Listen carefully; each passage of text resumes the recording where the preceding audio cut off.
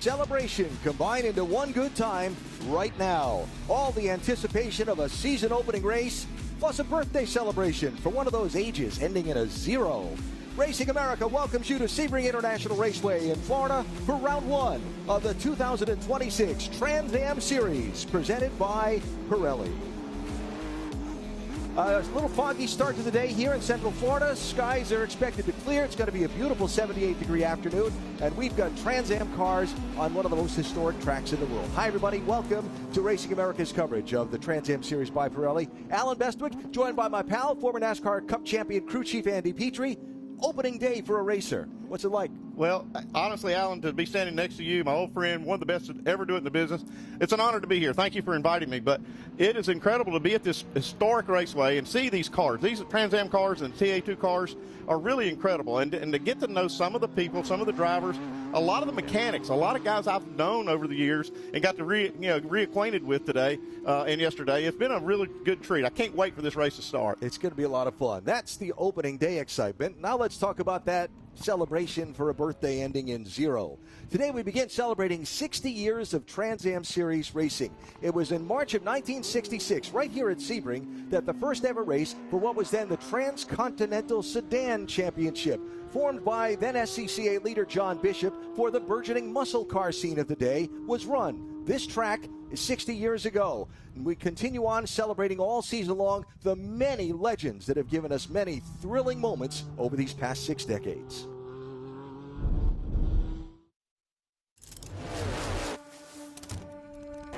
What about the Trans-American Sedan Championship Series as a circuit in the United States? Do you think it'll be successful, Dan? Oh, I think this is very much beginning. The Trans Am Championship.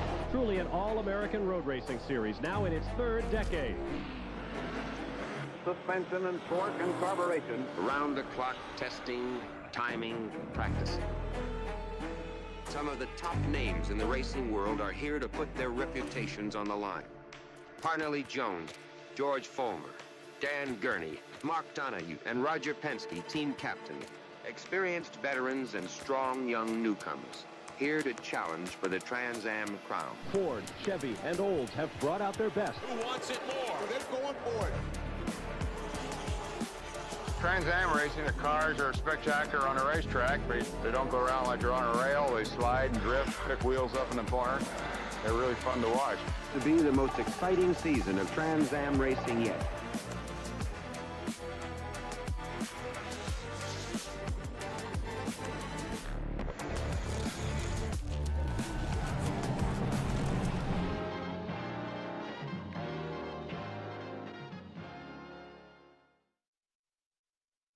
Memories there, and a man with great passion for the Trans Am Series, who now leads the organization, joins us in the booth before the first green flag of the season. Andy Lally, I know you love this kind of racing so much. A 60th celebration. What's it mean to you? 60 years of Trans Am this is going to be a great season for that celebration here, because we've grown, we've evolved, we're getting so much better here. We've got strong fields in TA, TA2, all of our GT classes. I can't wait to throw the green flag here. So you've been a very, very successful race car driver. I know what it's like to kind of step, on one side of the curtain over to the other. What's it like for you to come out of the race car, out of the cockpit, and to go and lead an organization like Trans Am? I am not going to lie, it is tough. But to start with that, I've got to say thank you to the staff that we've got here. We've got the hardest working group of people here. Everybody's got a job title, but under that they wear 5 different hats and work their butts off here. So to get Sebring going here, all of the Racing America staff, Trans Am staff, my guys, they have been hustling, and it's been amazing. Quick hi to Tim at home. I know he's paying attention here and watching in. We love you, buddy. We're missing you here this weekend and thinking of you and your family. So the Trans Am Series, as it enters the next decade, tell me where it stands in your mind. What are the ups? What are the challenges?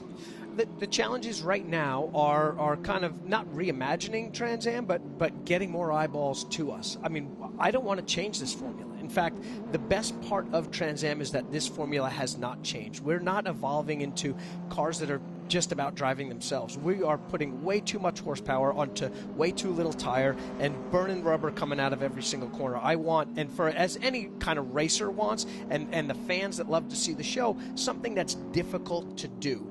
And these cars are hard to drive. 850 to 900 horsepower on our TA cars, no traction control, no ABS, no driver aids at all. Just a really bumpy racetrack and a whole lot of horsepower. That means great racing side by side. When you flip the switch to our TA2 side, same thing. Those guys are beating and banging. Best stock car road racing on the planet. Yeah, please don't change anything. I've just gotten acclimated to these cars, and they're amazing machines. I mean, they really are. When you look at them, you think they're really high-tech, but they're not. I mean, like you said, the driver is really the most important component of the vehicle, but it's a monster to drive. It looks like a really a car that would be a lot of fun. 60 years of Trans Am, it is always going to be about the driver. And yes, these cars are amazing. They're superstars. We're bragging about them, but this is about the fight, the brawl, the taking it to it, getting on track door to door, and having a heck of a race.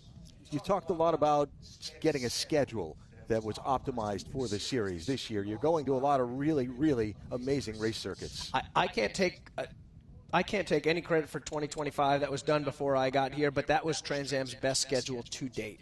We made a little modification this year. We just swapped out one race. I love Mid-Ohio. I'm going to miss Mid-Ohio. But for our drivers to be able to kiss the bricks and for us to go to Indianapolis and add that to this premier schedule, I love it. These drivers are going to get a chance to drive the best road racing tracks in North America, and I'm stoked about that. Yeah, for me, I get to come to this iconic racetrack at Sebring, and it's a bucket list item. Never been here before. And then I get to go to Road Atlanta in a couple of weeks, too, so I look forward to that one. There's no weak link in our schedule. There's no track that we go to where on this tour you're going to be like, I'm never going to come back here, or this place isn't that exciting. Every single venue that we hit across the board is the top-notch road racing in North America.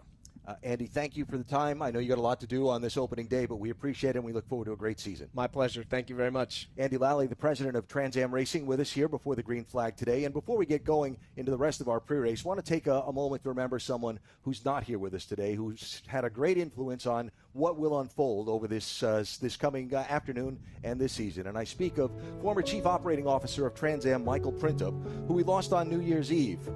The fun, positive spirit of the Trans Am paddock, that's a total reflection of who Michael was. His warm manner, his easy smile, and his love for the people and racing people made wherever he was better to everybody around him. And everybody in Trans Am today is thinking about Michael and his family.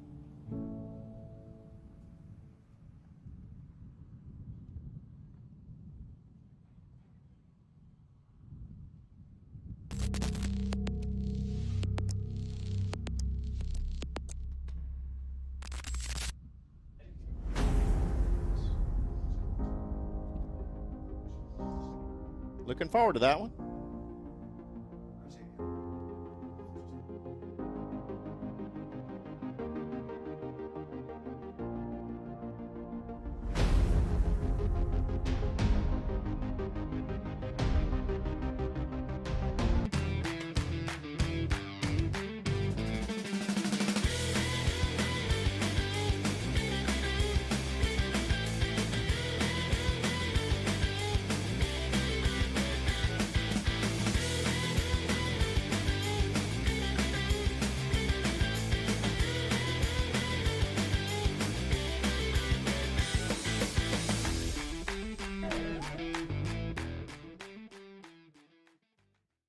Okay, so pretend this is your race car. It's on the trailer, and you have an accident. Ouch! At least your truck's insurance will pay for another one?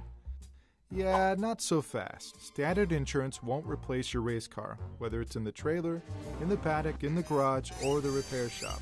But at Hagerty, we can protect it for what it's really worth anytime it's off the track. No matter what or where you race, offer less than a set of race tires. Hagerty, let's drive together. Rev up and get ready for race day with Mission Foods. The world's best racers and tastiest products come together to make every race delicious. Fully loaded tacos, fast wraps, piled high nachos. Whatever you crave, Mission will help you be race ready with easy to make recipes that will take your race day to the finish line.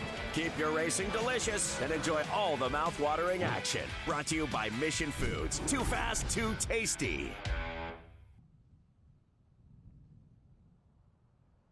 Live at historic Sebring International Raceway in Florida, counting down to the first green flag of the Trans Am Series presented by Pirelli.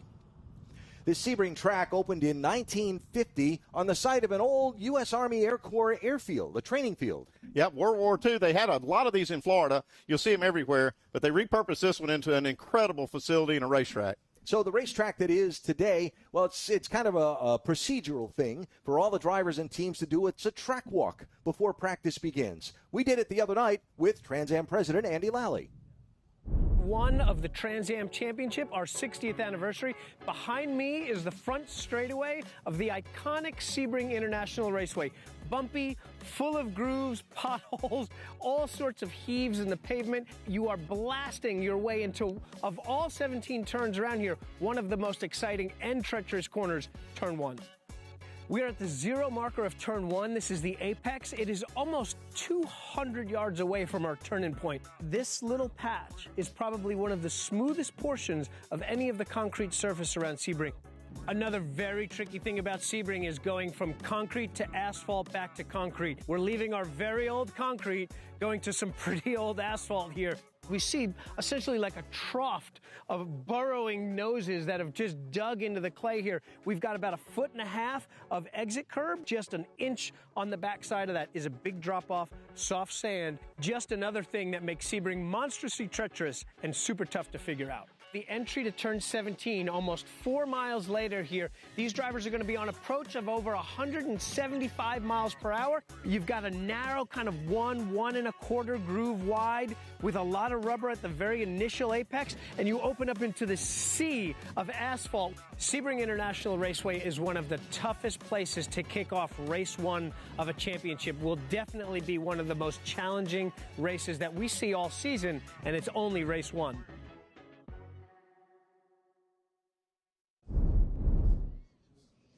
Man, it's got some history. It's got some character. I'll say it's got some character. You look at all of those different surfaces, the grooves that the cars have cut in. You can see, there's just been a lot of racing on this track. Let's talk to a man who's made a lot of history here at Sebring and every place Trans Am has raced in the last 60 years. He's standing by with our Ben Sissel.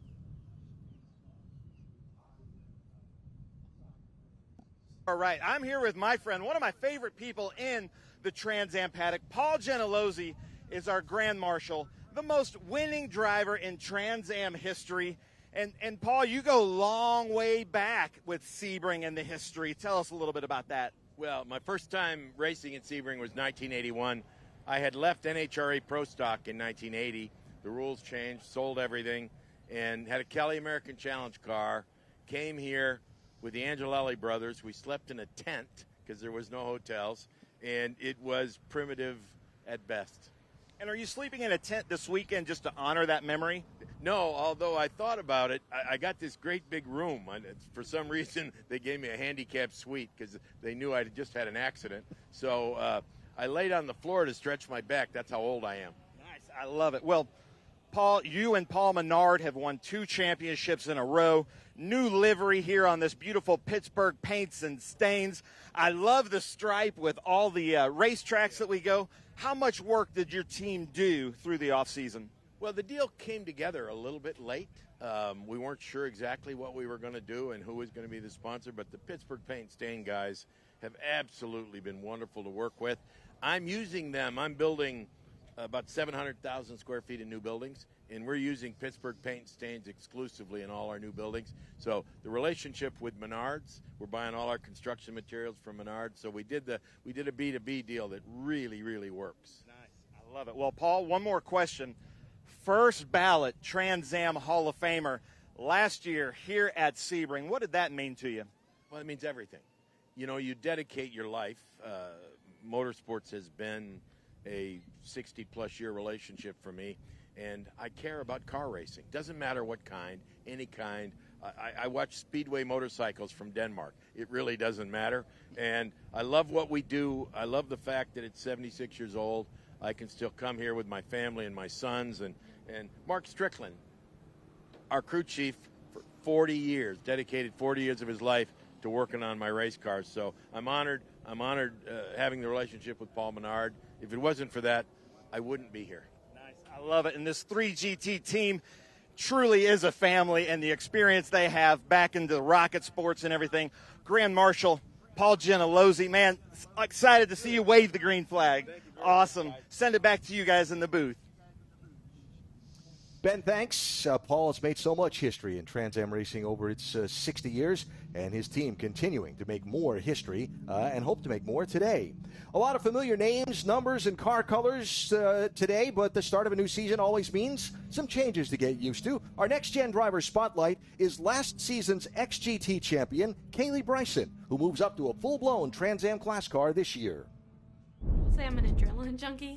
So maybe I just like the adrenaline and, the fun, the feeling you get inside whenever you've got 850 horsepower underneath you and you're in control of it. It's an unreal feeling. I mean, it's addicting. You can't judge a book by its cover with Kaylee. She is a badass racer. TA cars are absolute monsters. 1, 2, 3, 4. And obviously the TA cars are the biggest and baddest cars in the, at the track. I get more and more respect for so many of our drivers that try different things or dive both feet into something like this. These cars, both TA and TA2, are not easy to drive. We're still fitting her with foam and, bringing the pedals to her and getting the steering spaced right. So it's all those little nuances, that takes to get a driver comfortable. Very rarely am I sore, but practice, my arms were Right. I was fully extended. Driver comfort is really, really important, and especially whenever you get in a car like this, it's got so much horsepower, and you're on road courses, so you're going left and right, and you got a lot of G-forces. So if your seat's big and you're moving around like this, you're not really attacking the car and driving as hard as you need to whenever you're trying to prop yourself up. So I think being in a comfortable position where you can reach the pedals, you have to use a lot of brake in these things and a lot of force, and being up on the wheel and not moving around is really important a lot of time. What do you think about that steering wheel? You don't know really yet. It's hard to say yet, but yeah, it feels high right now, but I'll come up at the same time. Yeah. I almost want to come forward too. Forward as well. Mm-hmm. If we're going to leave the seat where it is, I definitely want to come forward more. Okay, cool. Now, Kaylee Bryson is 25 years old, a native of Oklahoma who came up through the dirt racing ranks. She was the USAC Silver Crown Series Rookie of the Year in 2023. The last 2 years, she's been the champion of Trans Am's SGT and XGT classes. Yes, what a well-rounded racer. At only 25 years old, she's done so much. Diverse racing from dirt to now jumping on these, high-powered Trans Am cars. She, we talked to her a little bit yesterday. She's just talking about what an adrenaline rush to get in these cars and actually drive them around a track like Sebring. Kaylee starts 6th today. Ben is with her. So much, and you guys will like this also. She's the first female to win a USAC Silver Crown, but we've had her as a champion. And what's so funny, Kaylee, when we talk about this, we were playing a package. You can actually hear the smile when you describe driving one of these things. How do you describe it to your friends? Well, this thing is so fast, and I think everybody wants to race one of these cars. So to get the opportunity is awesome. These cars are just so fun to race, and I think about it all the time. And just to be here doing this is a dream come true. Nice. Absolutely just a beast. We've seen Boris Said win a lot of races in this. But I was talking to Pancho. A lot of these other TA drivers, one of the crew members drives it down to the grid, but they fitted you with a seat, and nobody on Weaver's crew can fit, so you got to do everything here. Yeah, it's funny because he called me, and I live about 20 minutes from his shop, and he's like, hey, can you come to the shop? We got to load your car, and nobody can fit in the seat. So, I'm definitely really comfortable in the seat. I got an insert that keeps me safe and really tight in there. So I know you're new to this. We were here with this car testing a month ago. Green flag drops. What's your goal for this race? Well, I know it's my first race in a TA car, and there's a lot of competition, but I really want to bring it home. If I could be on the podium, I'd be extremely ecstatic, and bring it home clean and finish all the laps and learn as much as we can. Nice. Unbelievable. Well, let's walk around this car. LSI, we've got the Weaver Racing Concepts, but this car has done some development. And that's the great thing about this TA class is the rule book is very small. So a lot of people like a Pancho Weaver or a Claudio Burton or Paul Gentilozzi love this class because there's a lot of leeway, a lot of things that you can do if you have an engineering mind. And she's about to get in this rocket ship, and look at this leg pad right here that's been gaffer taped. So unbelievable. Kaylee, so excited to see you out here. You've been a great addition to the series. She comes in and wins the SGT championship, then the XGT championship, and now she's going for TA. So that's awesome. Two-time Trans Am champion Kaylee Bryson. Back up to you, gentlemen. All right, Ben, thanks. We've got lots more to come as we get ready for the first green flag of the Trans Am Series season as we get closer and closer to the command to start engines here at Sebring International Raceway. There's the man who'll lead the field of the green flag. Matt Brabham starts on pole position and is a championship contender. He's going to run all the races for Chris Dyson's team. We'll hear from Matty later on.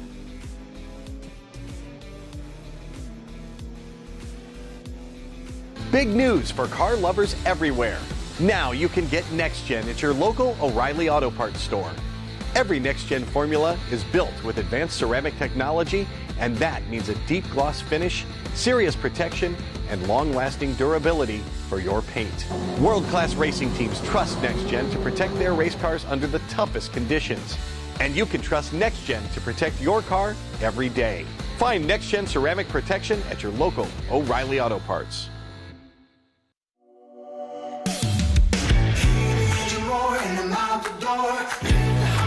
I've been waiting for.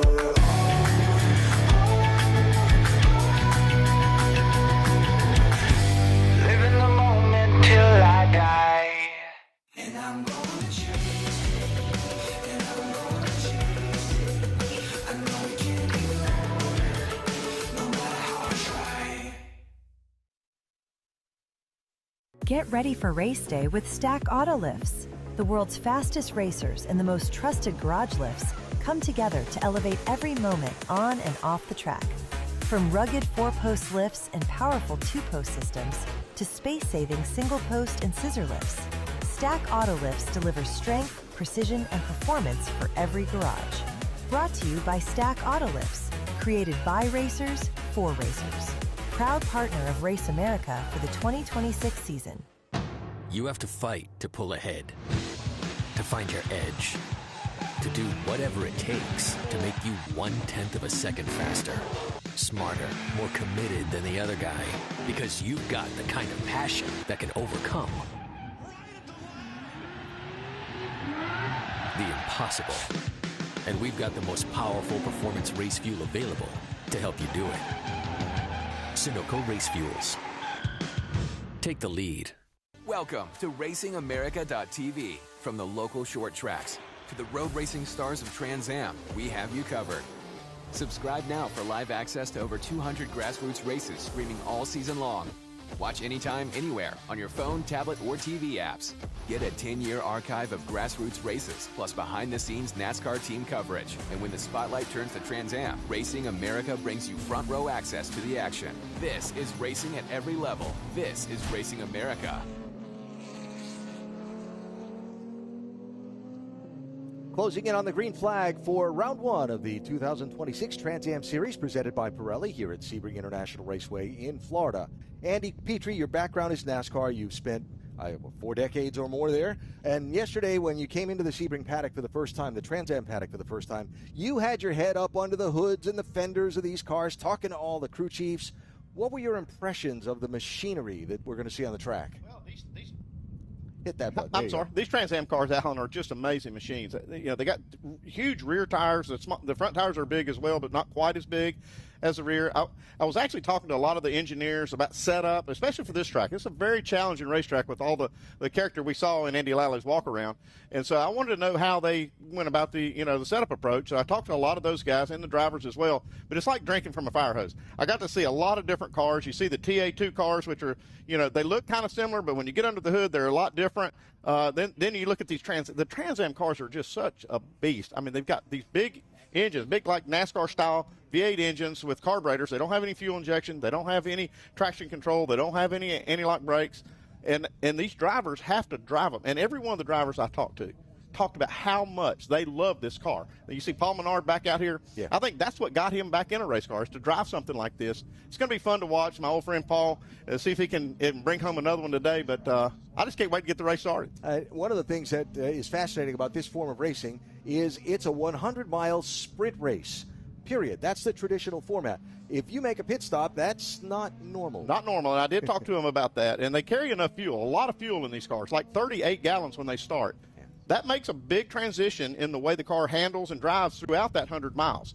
And so some of the drivers talk about their cars, how they start out pretty well, and then in the middle they're not so good, and then they're great at the end when it gets light. Some of the cars handle the opposite way. They're terrible in the beginning, but then they're really good at the end. So I'm kind of interested to see just how that plays out as we run 100 miles. And how the driver manages that from behind the wheel with the pedals and all that horsepower to manage is part of the trick of Trans Am racing. Well, you mentioned Paul Menard. Paul Menard drove in Trans Am before he went to the NASCAR Cup Series for a long, successful 13-year career. Now back in Trans Am after he stopped full-time Cup racing, he's won the last 2 consecutive championships. And yesterday I had a chance to sit down with him. So, Paul, you ran Trans Am on your way up to the Cup Series. Long, successful career in Cup. Now you're back here, not to mention the champion the last 2 years.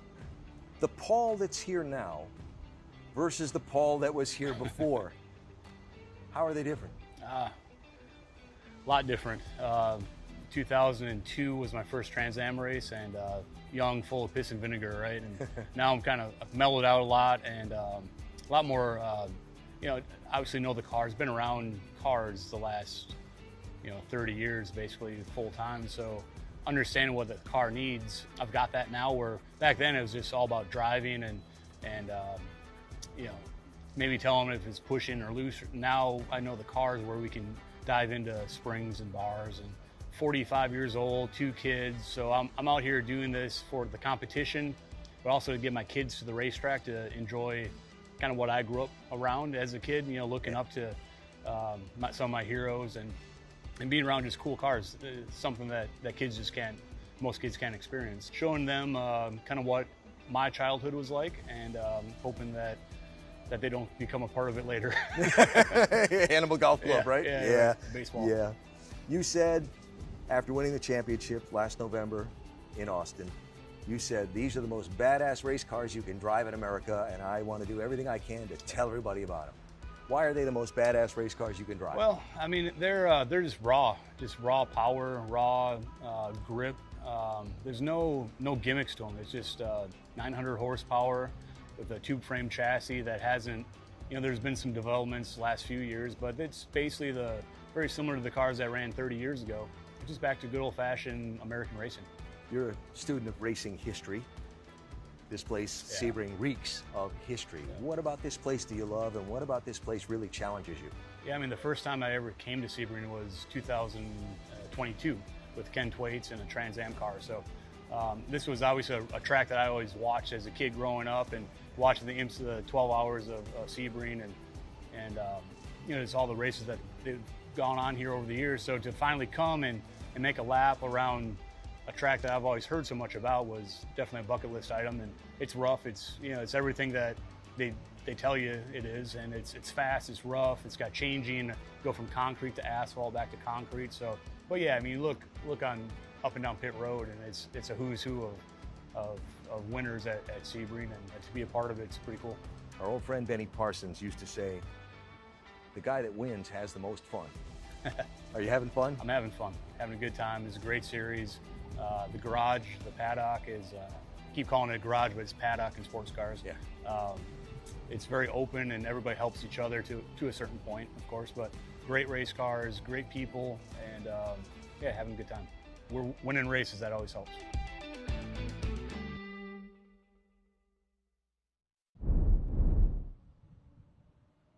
Now, Paul Menard will start from the front row for today as he begins his quest to try and win a 3rd Trans Am Series championship in a row. They're forming the grid, and our Ben Sissel is down in the middle of all of it. Ben? Yeah, thank you so much. I got a text from my friend Billy Griffin, who's a 2-time GT champion in Trans Am.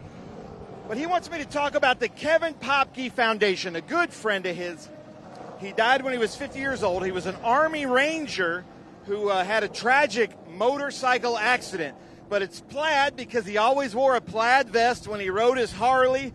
So, and the Kevin Popke Foundation actually helps out any veterans in Florida who are in need. So if you're a veteran in Florida or know one, please reach out to the Kevin Popke Foundation. And we're going to go through some of these classes here. A GT1 car.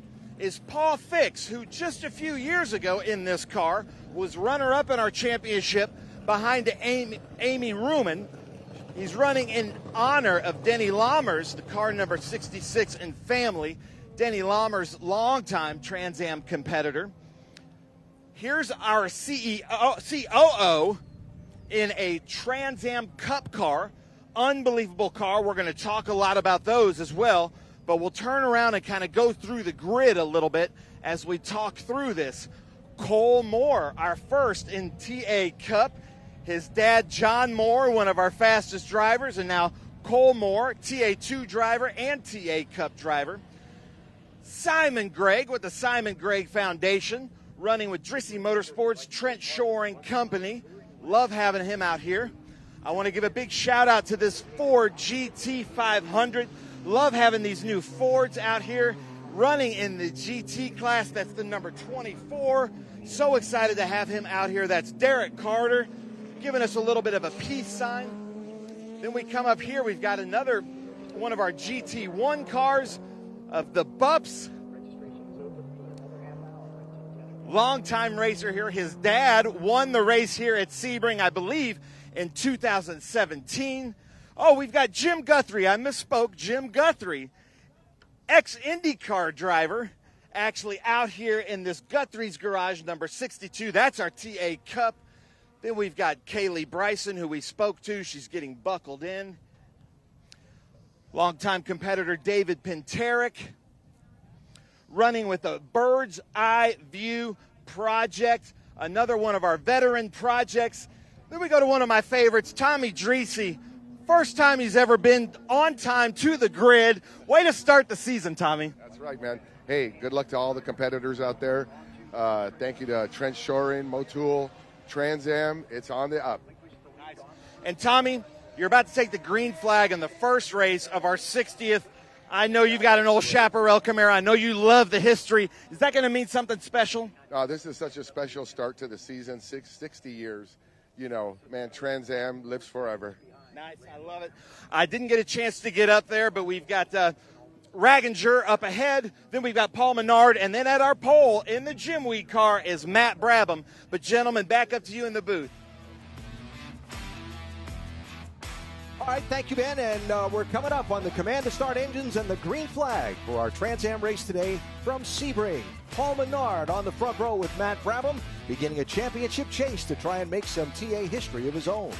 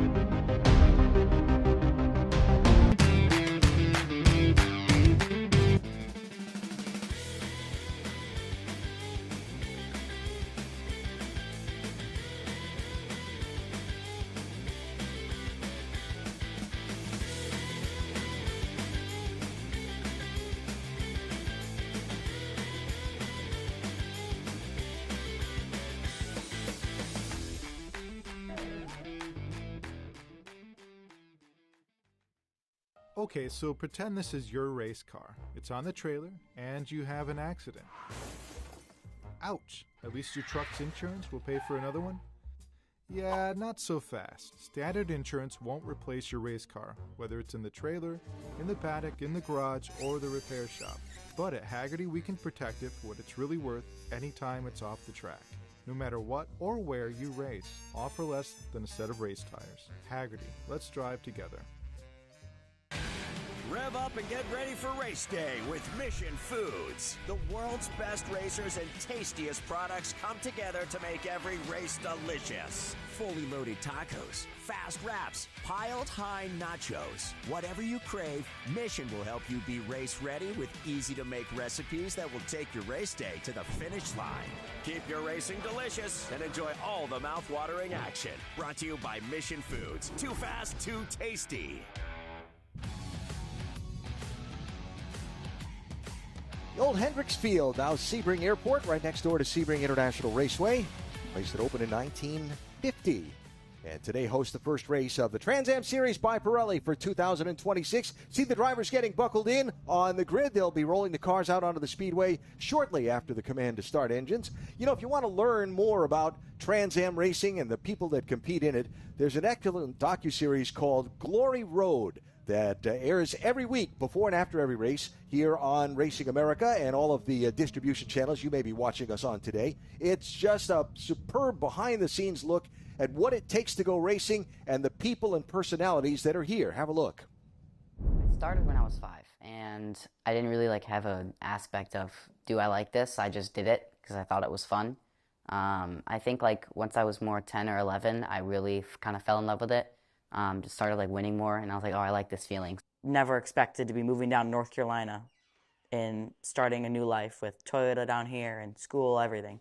We're moved down here for me and Ethan and what we want to do to chase our dreams. And we could be back in Chicago right now if we stopped, but I love everything I do down here. Racing, just everything down here.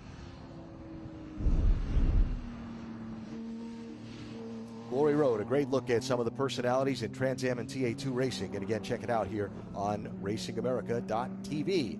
So there is the grid formed just inside turn number 17, just past the paddock area. The car show is all a part of the weekend at Trans Am events every weekend. Started out with a very, very foggy morning this morning, but the overcast is expected to lift early afternoon, and the track is dry. That's the most important thing. Yeah, I'm glad to see we don't have any rain like we had yesterday. We've had almost every kind of weather, right? We had it so hot you couldn't stand it. Then we had rain. Then we had cool this morning.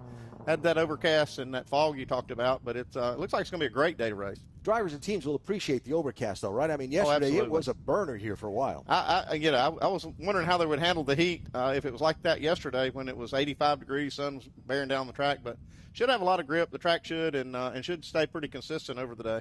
And so you see the pace car being positioned at the head of the field. Our grand marshals will be aboard. Paul Genelosi driving the pace car to lead the field around. And the grid of cars for Trans Am Series by Pirelli race number 1 of 2026 getting underway momentarily. This Sebring track is a challenge. It's 17 corners, about 3 3/4 miles around. You saw the track walk earlier with TA President Andy Lally. The bumps, the story, just as they are for every race you've heard of about Sebring over the years. A big challenge today for these drivers who are getting ready to go. Let's go trackside for the command to start engines. Well, thank you very much. So excited to be here with the chairman of Racing America, making him the boss of all of this. Our first driver command of the 60th year, Jeffrey Wolf. This has to be a little bit exciting. Very exciting, very exciting. Nice. Well, no pressure, but everything is going to be judged after this. So please deliver the most famous words in motorsports. Jeffrey Wolf, take it away. Welcome to Sebring. Gentlemen, start your engines.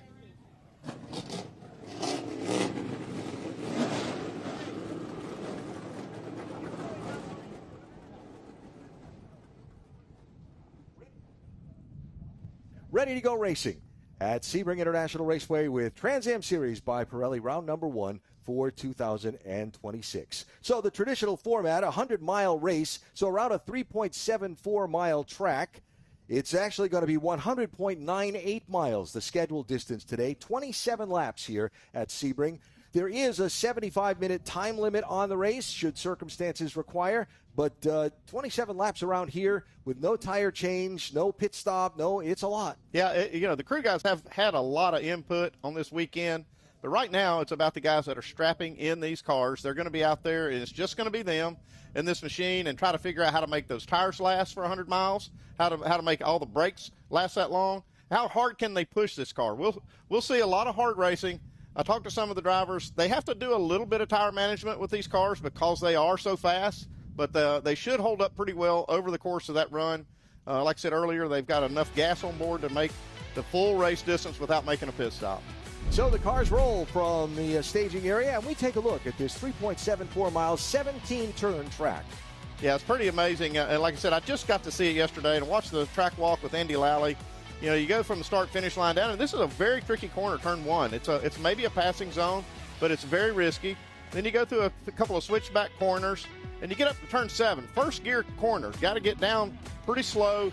A lot of these cars, all these cars have 4-speed transmissions, so a lot of these turns, the slow turns, they'll be in first gear.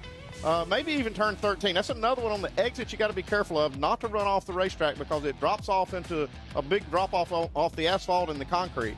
And then this is a tremendously long straightaway. And top speeds at the end of this straightaway versus the braking zone, wow. Yeah, they go 160 miles an hour plus going into that corner and stand on the brakes and back around to the start-finish line. 17 turns and 3 3/4 miles around Sebring International Raceway. And another number that gets into that, you change surfaces about 18 times a lap.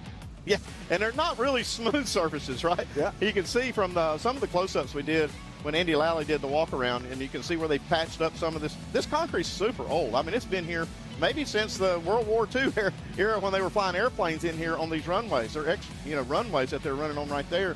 And then they go to these asphalt transitions, which have, they're not fresh, they're not new. You can see gouges in the pavement where the cars bottom out when they get into some of these corners under braking. But just a great track with tons of character. So, overcast day, temperature 65, expected to climb to about 78 later on this afternoon, but no rain in the forecast, unlike some of the big storms that dumped on us late yesterday afternoon and canceled qualifying. So the field is lined up according to their speeds in the practice 2 session from yesterday that happened before the rain came down. So on pole position is Matthew Brabham, driving the Jim Weed Ford Mustang for CD Racing. Brabham going to run the entire championship for Chris Dyson's team this year. Dyson stepping back to run just selected races. Paul Menard is on the outside of the front row. Martin Ragginger is inside row number 2 with a top-liner Chevrolet Camaro from Burton Racing. Tommy Dreese outside row 2. David Pintarek and Kaylee Bryson in row number 3. The TA Cup leader, Jen Guthrie, is in row 4 in the 7th starting spot. Jordan Bupp, the GT1 qualifying leader, is in the 8th overall position on the grid. The XGT pole sitter, Billy Griffin, is in 11th. The SGT pole sitter, Chris Coffey, is in 16th position. And of note, you've got Adam Andretti, one of the championship contenders, not here yesterday because he was overrunning the NASCAR Craftsman Truck Series race in St. Petersburg.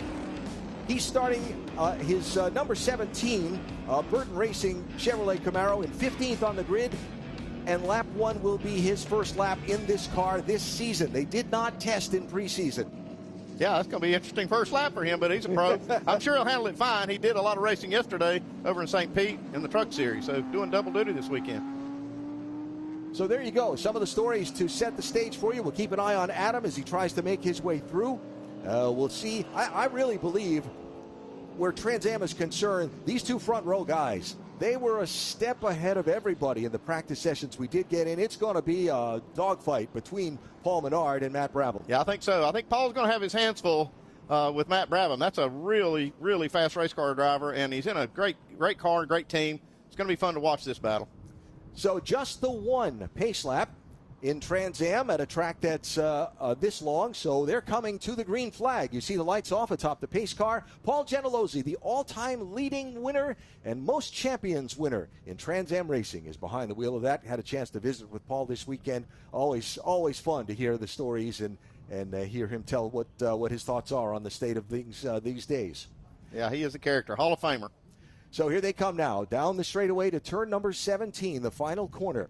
It is Matt Brabham in that white number 16 Ford Mustang. On driver's left, that's the inside headed to turn 1.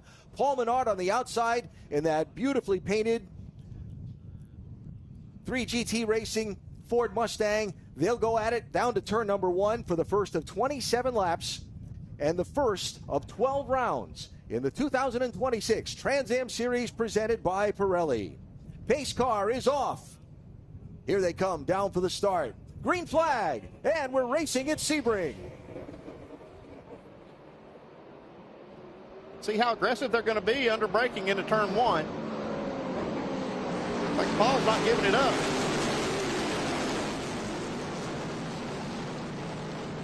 Got a spinner. That's Jim Guthrie around. Kaylee Bryson is also around. Kaylee's definitely, I don't think she's got any damage. And it is Brabham who's out in front and has the lead.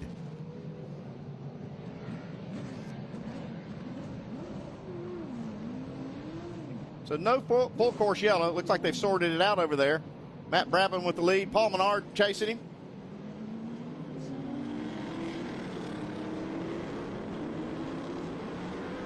Martin Ragginger in the white number 7. Tommy Dreesy in the black number 8.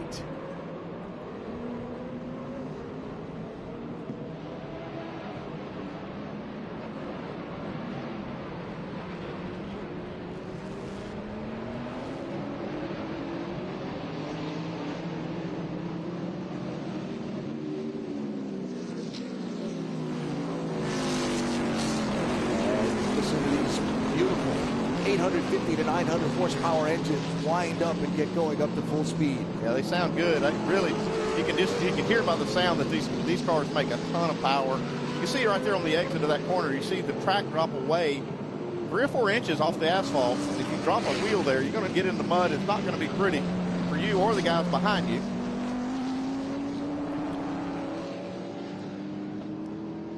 They complete lap 1. Looks like Paul Menard still chasing Matt Brabham, not letting him get too far out. Off in the distance there, you see Adam Andretti, the blue striped white nose car, trying to clear some of the GT class traffic and see if he can stay in touch with the Trans Am front runners. So here they come, lap number 1. It is Brabham leading Menard. A little bit back to Ragginger in 3rd. Dreesy is 4th, being challenged there by David Pinterick as they head to turn number 1 for that number 4 spot. There's Pinterick to the inside. He'll make the pass into the corner. David Pinterick, the 63-year-old from the Youngstown area, driving that bird's eye view project Ford Mustang.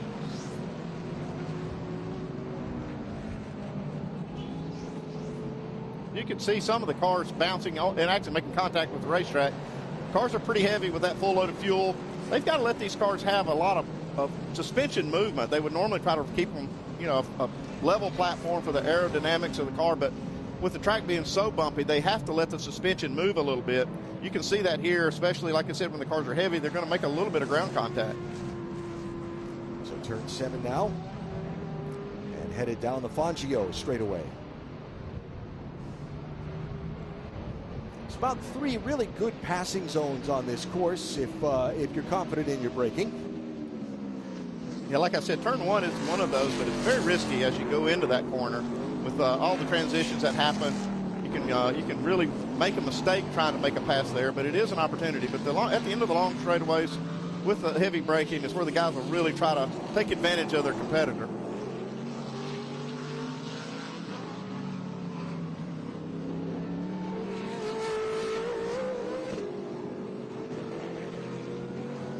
You can actually hear the engines and where they hit these bumps, kind of rev up when the tires clear the ground. Yeah. And they've got kind of a traditional type shock absorber on them. They're not able to run, the advanced like inverters that you see in maybe IndyCar and some of the other places, but they do have some pretty advanced shock absorbers and suspension systems on the cars.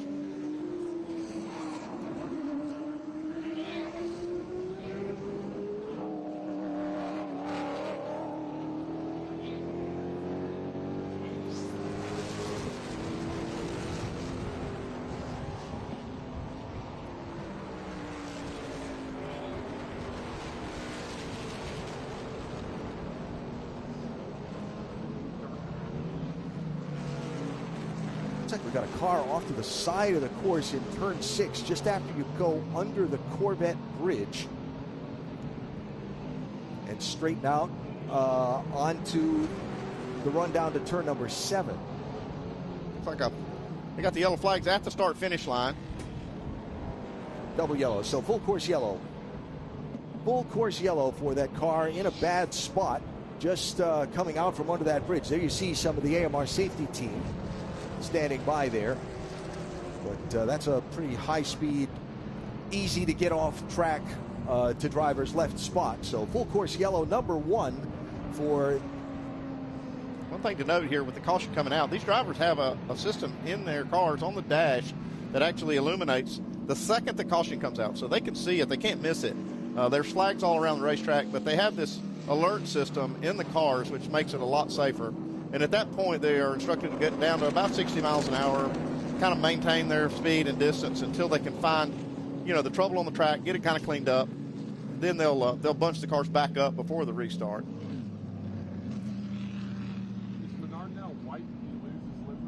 Little pit stop here for one of the GT1 cars, Axel Rivera, San Juan, Puerto Rico driver, in with the engine cover lifted off of that car.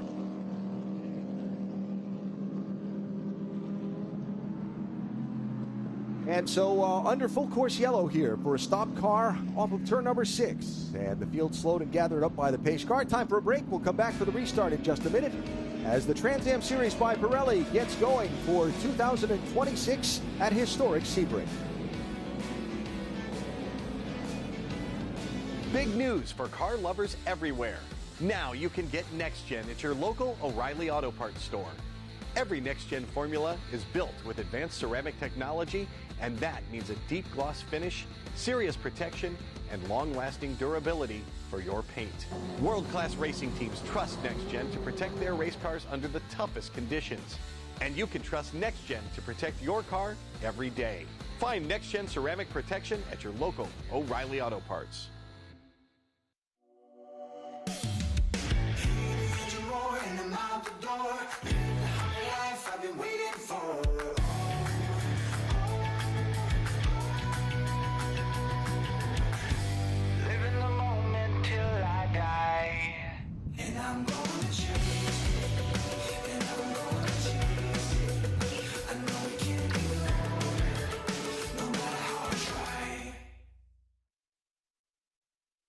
Get ready for race day with Stack Auto Lifts. The world's fastest racers and the most trusted garage lifts come together to elevate every moment on and off the track. From rugged 4-post lifts and powerful 2-post systems to space-saving single-post and scissor lifts, Stack Auto Lifts delivers strength, precision, and performance for every garage. Brought to you by Stack Auto Lifts, created by racers for racers. Proud partner of Race America for the 2026 season. You have to fight to pull ahead, to find your edge, to do whatever it takes to make you 1/10 of a second faster, smarter, more committed than the other guy, because you've got the kind of passion that can overcome the impossible. And we've got the most powerful performance race fuel available to help you do it. Sunoco Race Fuels. Take the lead. Confirming that it is the Simon Gregg car that stopped off of turn number 6 and is being attended to there to move it into a safer place. And the reason for the full course yellow here at Sebring International Raceway in round 1 of our Trans Am Series by Pirelli. Let's back up to that first turn, first lap shuffle that saw Kaylee Bryson sitting sideways on the track and check on the pit lane with Ben Sissel. Yeah, thank you so much. And Andy and Alan, I'm sure a guy that you're very familiar with, Pancho Weaver, with Kaylee Bryson. And Pancho, what did Kaylee say on the radio? What happened there at 1? She got kind of punted a little bit going into turn 1, and things got roughed up. Car's in good shape. I think it's just rear bumper a little bit, but kind of disturbs the driver and their process through the race. But she'll soldier on. This is the first time something like this has happened to her. So, and she's got all the 100 miles to do it in. So we're hoping that she could just take one at a time and inch her way back up. We're hoping that Trans Am is going to put her at the back of the TA class, the fastest cars out there, so she doesn't have to go through with, a lot of differential in speed out there between the top class and the lower classes. Nice. And a lot of drivers struggle when they get into the TA car because the power to weight ratio is something they've never experienced. But Kaylee Bryson, with her history and her dirt racing and those cars, she has a ton of power to weight ratio, even more extreme than these TA cars, if you can believe that. Back up to you, gentlemen. All right, Ben, thanks. So Kaylee Bryson right now sitting in 21st position on the racetrack, and as we get organized for the restart. They have removed the Simon Gregg machine from the spot where it sat off driver's left at turn number 6, and we should be able to get back going shortly. I think it's some of the first race jitters probably kicked in on that first lap up front of the leaders, and Kaylee got punted, probably just trying to be maybe a little conservative going in the first turn on the first lap. Somebody else might have been a little more ready to go, but I'm glad to see she didn't get any damage, and she can kind of start behind these fast cars. She should be able to make up some ground. She's made so much progress during the weekend of just, gaining lap time or reducing lap time and trying to get faster, and got pretty close to those top 2 cars. So I'd like to see what she can do by the end of this one. There's the Simon Gregg machine being taken off the track at the backside of turn number 7, over by the 7 Sebring Hotel. And we expect we're going to be coming back to the restart this time by and get the field set in order that it should be. So Matt Brabham is the leader. Paul Menard is second. Martin Ragginger is third. David Pinterick is fourth. And Tommy Dreese is fifth. Adam Andretti, after starting back in 15th position by not being here at all on the weekend, passed the number of the GT class cars quickly, and he's moved himself up now to 6th. And this caution kind of helped close that deficit he had to the TA class cars in front of him. Made a lot of headway, and he's caught up with them now. Maybe he can get in the fight. GT1 leader is Jordan Bupp. He runs 7th overall. Billy Griffin in XGT is that class leader. He's 8th overall. You've got Chris Coffey in SGT 9th, and then the TA Cup leader is Cole Moore, who runs 10th overall in the race, just in front of Jim Guthrie and Ken Thwaites, who run 11th and 12th.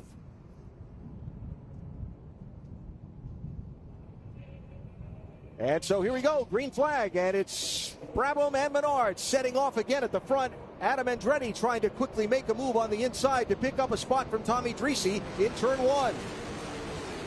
He's got the line getting into turn 1. Got to leave room on the exit so they don't drop off of that edge of the racetrack right there that we see. Looks like they get through clean. And a TA Cup lead change as Jim Guthrie got around Cole Moore there going into turn number 1 also.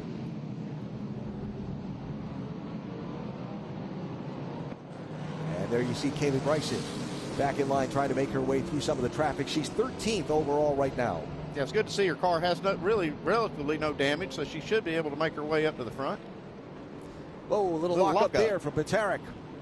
Again, they don't have anti-lock brakes. They have to modulate that in the cockpit. That's the heavy braking zone entering turn number 7 there.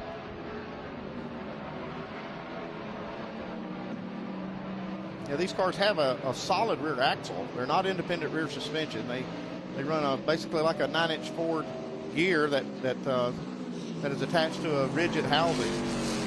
It doesn't look traditional. It looks kind of different from something I'm used to. But you see right there the drop off from the curb and the asphalt into that part, and there's a couple of cars getting in that part where it's wet. That was Jordan Bupp there. Tricky. Yeah, very tricky. Been kind of watching how Paul is going about this. I have a feeling he's not going to be that aggressive early. He's going to let this race play out. Being the veteran that he is, he knows this is a 100-miler. Hey, quick reminder, get all your favorite racing action on the Racing America free streaming channel. You can watch it 24/7 on Amazon Prime Video, the Roku channel, and My Free Direct TV. Live racing, original content from Trans Am, and the grassroots and NASCAR racing communities. It's the Racing America channel, your 24/7 racing fix. So Matt Brabham starting to leg out a little bit of a lead on Paul Menard. 1.5 seconds now, the gap first to second. It's another 2nd and 8/10 from Menard in second, back to Marty Ragginger in third. I spent a lot of time with Matt Brabham yesterday and talking about this battle that we felt like was going to materialize between Paul Menard and himself. And he was talking about how you can run these cars pretty hard over 100 miles, but you can run the tires off of them. And he's seen actually Paul do that before when they've had some really tight racing and some hard racing. So I have a feeling that Paul may have learned something from that, maybe trying to save a little bit of tire, a little bit of car for later in this one. He's not letting him get too far out there, but Matt's setting a pretty fast pace. Now, the onboard views here at Sebring, they're fun because if you watch those speed numbers, top end speed at the straightaways versus braking, watch here. He was just over 150 miles an hour, down into the 50s to get through the corner. You see no paddle shifting. They have a shifter in the center of the car. They are sequential, but they don't have the like the steering wheel paddle shifters, power shift. They have to lift too. They have to lift the throttle. They have to modulate that to be able to make sure that they engage the gears.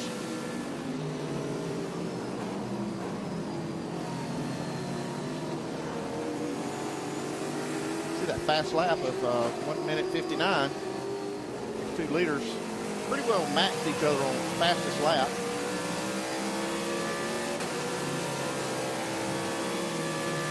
Watch this top end number. Undersold that 160 miles an hour. Yeah, yeah. They beat that by quite a bit. 173 at the end of the straight. He was there. He was there at 173 when the frame locked up from the car. It might have gone to a little more than that.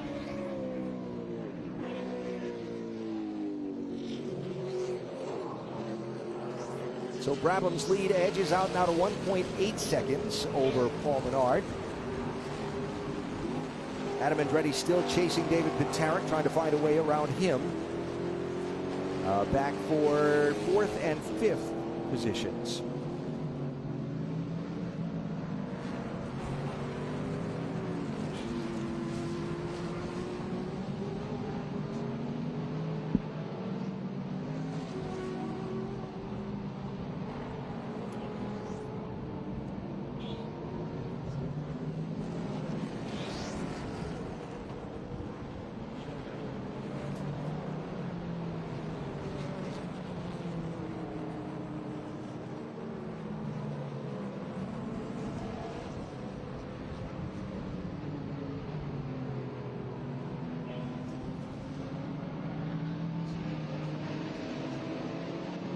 All right, while we watch the racing action on the track, our Grand Marshal Grand Marshal, the man who gave the command to start in, Jeffrey Wolf, who's the chairman of Velocity Capital, the owners of Trans Am Racing, has stepped into the booth.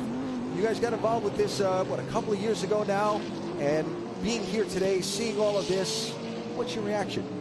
You know, I've been on the board for 2 years and took over the chairmanship of Racing America board in January. It's just great to see how our leadership team has transformed this business into something super special, and being here and watching the races is just off the charts. When you can see kind of the ingredients of the recipe coming together, it's fantastic. So we've done a great job kind of taking something and transforming it into something significantly bigger. Going to full course caution here for the second time in this race. Full course yellow number 2 as the pace car gathers up the field. And we'll get back to the cause of the caution in just a minute.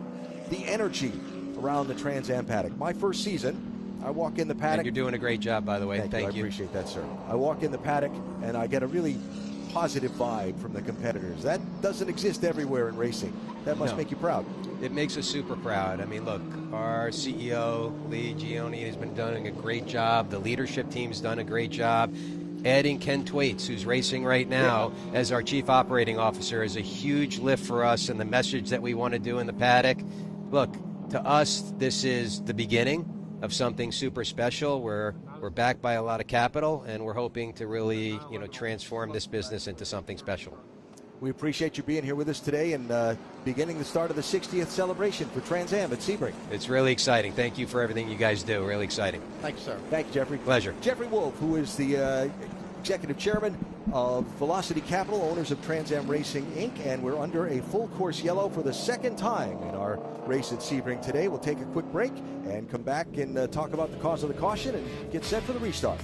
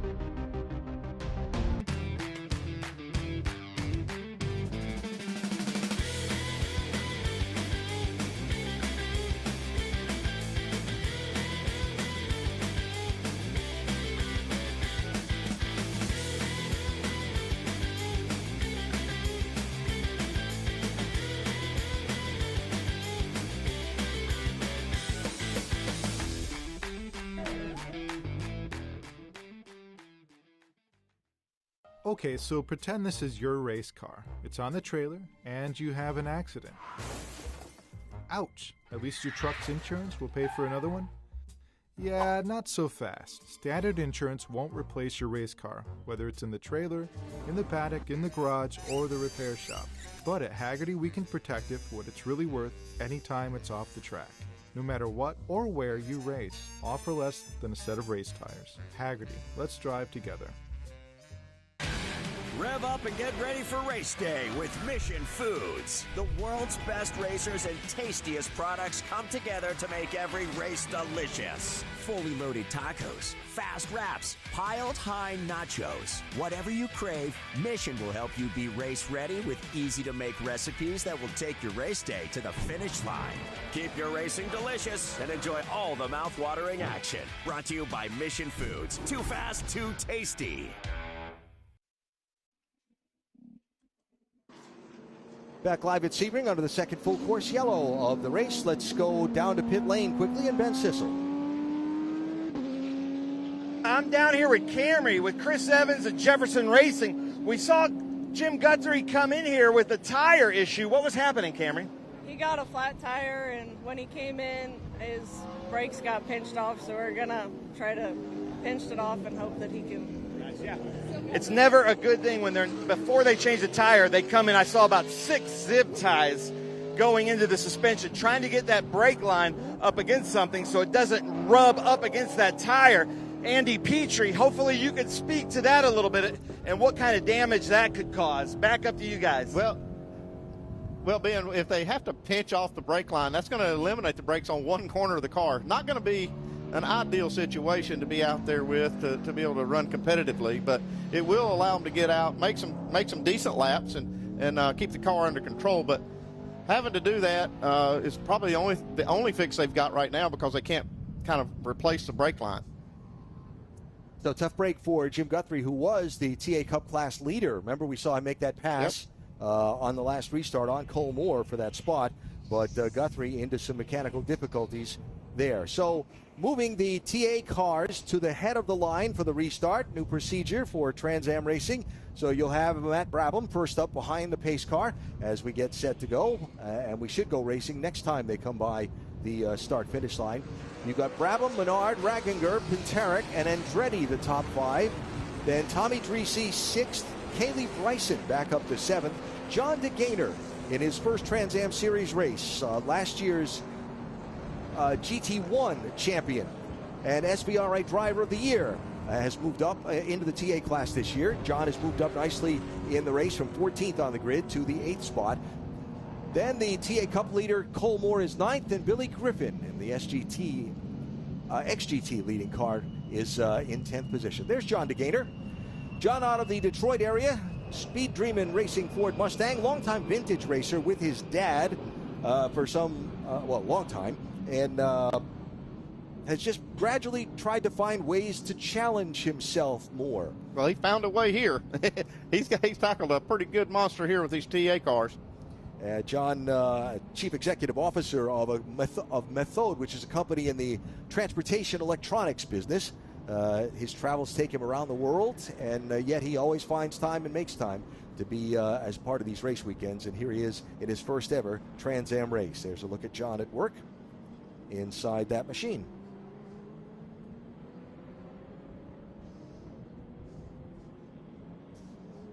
Back, let's check in his pit as we get ready for the restart with Ben. Yeah, I'm down here actually with John DeGaynor's pit crew. Jim Frayer's over there, but Troy, the crew chief, what's he saying? So far, so good out there. Yeah, he feels good in the car. The car's, new to us as far as the team goes. Missing the qualifier was kind of a disadvantage for us. We needed as much track time as it got, but he feels good. He's comfortable in the car, which is the important thing. And the car's starting to take off, and we just got put to the back of the Trans Am field, that's where we're supposed to be. So we'll see how he gains from this point. Thank you. I love it. Yeah, he's just wanting to take it slow. And Alan, I love what you said. And his dad, Scott, this is the first time I've ever known his dad, Scott, not to be here. So, Scott, we miss you. I hope you're watching. He's doing really, really well. Love having him in the TA group. Back up to you, gentlemen. All right, thanks. As we get ready to go back to the green flag, again, John DeGainer is back in the 8th position overall. Paul Fix has retired his car with a mechanical problem. So Fix making a return to Trans Am racing for the first time in a while. Was planning to run the full season for the first time since 2018. Paul telling me the other day, once you've driven a TA car, you can't stop. They seem to come back, don't they? He Fix again, though, with a disappointing end to his day. He has retired. Remember Kaylee Bryson trying to make her way back up through the field after that first turn, first lap spin. Part of Trans Am racing, multiple classes of cars out there on the speedway, and overtaking a couple of the GT class cars there to try and stay in touch. Yeah, talking to some of the TA Trans Am drivers, that is one of the challenges, is trying to make your way through traffic. These first laps after a restart, they kind of race each other. They can get away, make a break, but then they start getting into these slower cars. You know, they're running their own race as well, and so they're not just going to yield. They do give them room, but they're still racing cars in their class.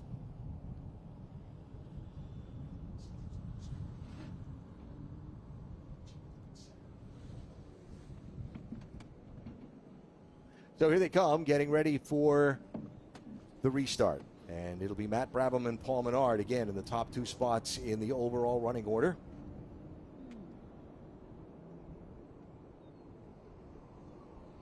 And there it is, green flag, and we're back racing. Menard with a quick peek to the inside. Trying to let Brabham see him in his mirrors. Looks like he might be up on the wheel a little bit on this restart. And for 3rd place, Ragginger is overtaken. David Pintarek moves up a spot. 57 machine and 2 cars around. Now just 1 car around. That's DJ David Jans, who has spun in turn 1 in one of the GT1 cars. Got it going again. Very good.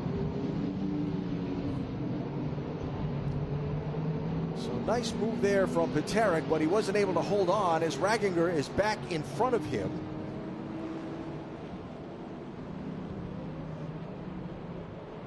No, he's not. Both car numbers have a 7 in them. One's 57, one's 7. Andretti made a really good move up to get inside the top 5, but he's not been able to make much headway from there. Well, think about the challenge this weekend for Adam Andretti, right? He's been driving a NASCAR Craftsman Truck Series machine for the last 2 days, and comes over here for the season opener in Trans Am. No practice, no testing preseason. Jumps in the car and starts the race. It's a lot.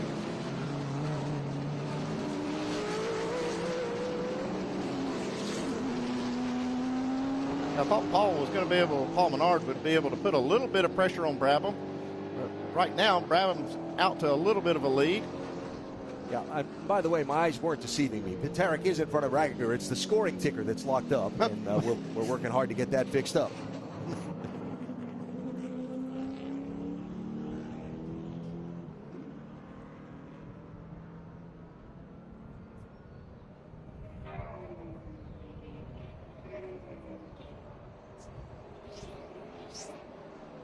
I can confirm the 57 is ahead of the 7 by the start-finish line.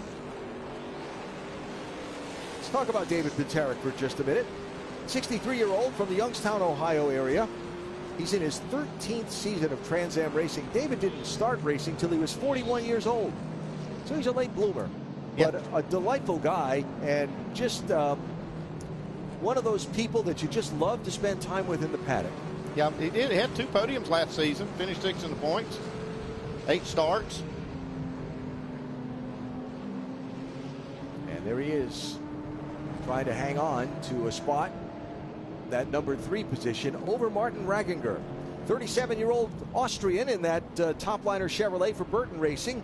He's a veteran sports car racing. He's driven everything everywhere since he was a Red Bull and a Porsche Junior. Talked to him the other day. He was talking about his relationship that he has with the team owner, Claudio Burton. Said they ran the 24 Hours of Daytona together as co-drivers back in the day. He said when Claudio calls, I get on the plane. Yeah, he won Road Atlanta 2020, so he's pretty accomplished. is continuing. Got a great battle going on between him and Pantera. Trying to find a way back around it. Yeah.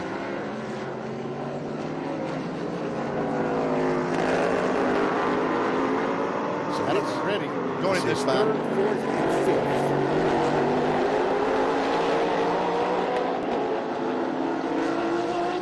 5th. See the gap up front that Matt Brabham has opened up on Paul Menard, and the gap that they've opened up on this fight for the last podium spot.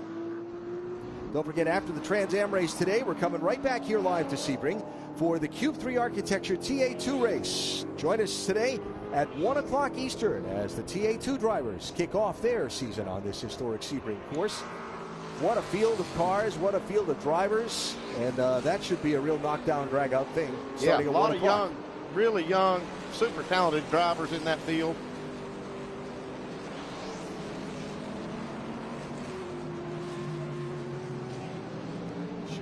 Should be a lot of fun. And again, that's at 1 o'clock today here, wherever you're watching this right now. So 11 laps complete, 16 to go. Check on some of the class leaders. Cole Moore still leads TA Cup by a pretty comfortable gap. Billy Griffin is the XGT leader. Lee Saunders has moved up to the 14th position. Mr. Sebring, Lee Saunders with 7 wins in 9 tries in the SGT class here in Sebring. Saunders up now to the 14th position, though he's got Chris Coffey right behind him. And Patrick Utt is there right as well. So that's a pretty good scrap for the SGT class lead. On board with Tommy Dreesy. See just how the disparity of speed from the corner, mid-corner, some of these really tight corners, to the long straightaways where they just get, you know, a ton of speed. 173 we saw at one point.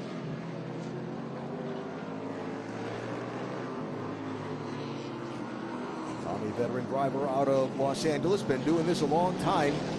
His 23rd season of Trans Am competition. When they were here for the preseason test, I asked him, why are you still doing this? And he laughed and flashed that smile of his and he said, because I love it. Right. You never get over this, Alan. Yeah. It's something that gets in your blood, and it's there for life.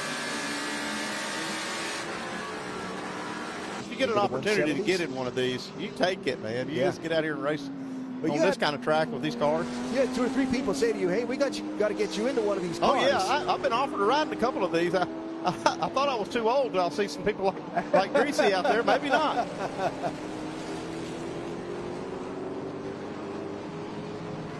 Adam Andretti trying to keep these 2 in sight for that podium spot.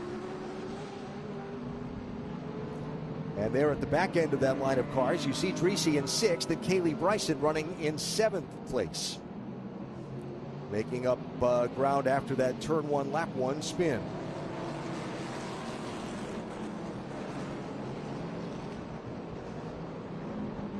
Third, 4th, and 5th here.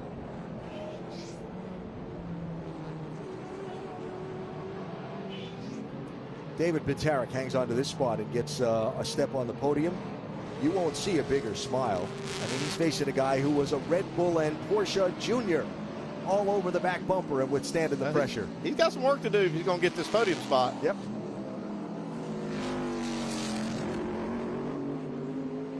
I love this drone shot. Get to see a lot of the racetrack.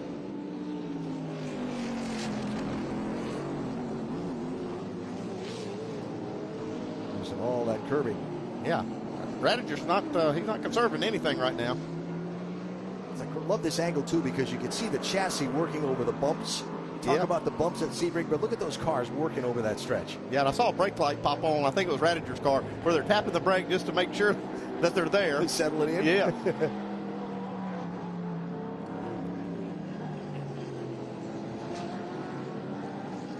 Yeah, that's fun. See the top 2, Brabham and Menard, very close on the last lap time.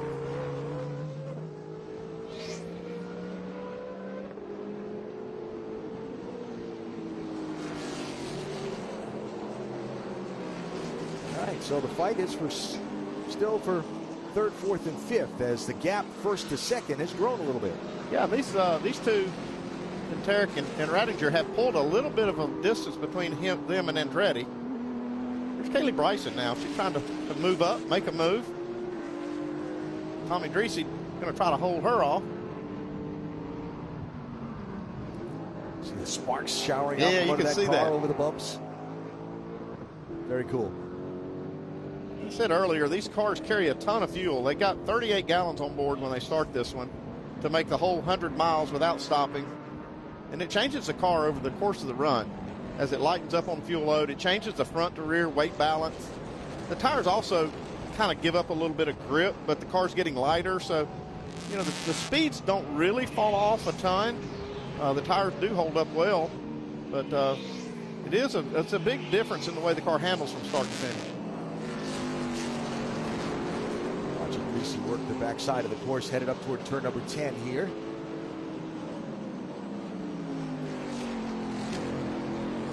Now for the first time in a while, a car length's gap between. Yeah, he pulled a little bit of a lead on Ragginger there. And Adam Andretti falling back off those two over this next little while.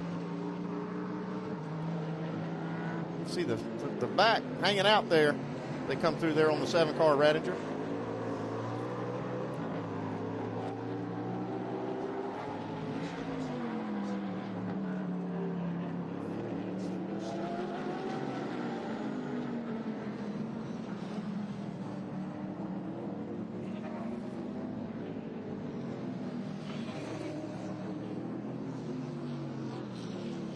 It's the first race in this style of Trans Am car for Kaylee Bryson, and she's starting to really get the hang of it. I talked to Pancho, the guy that owns the car and prepares this. His shop's actually right near where I live. I'm gonna maybe pay a visit to him. Yeah, it's not just a few miles from me, but you know, she's made a lot of headway just through the practice sessions and you know, talking to Pancho to see how she progressed.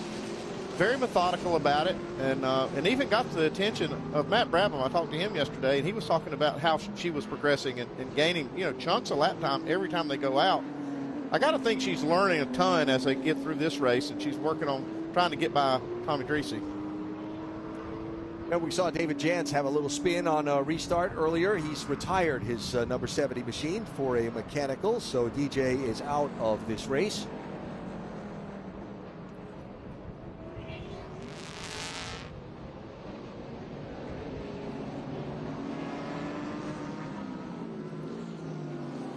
Is that John Decatur? Yes.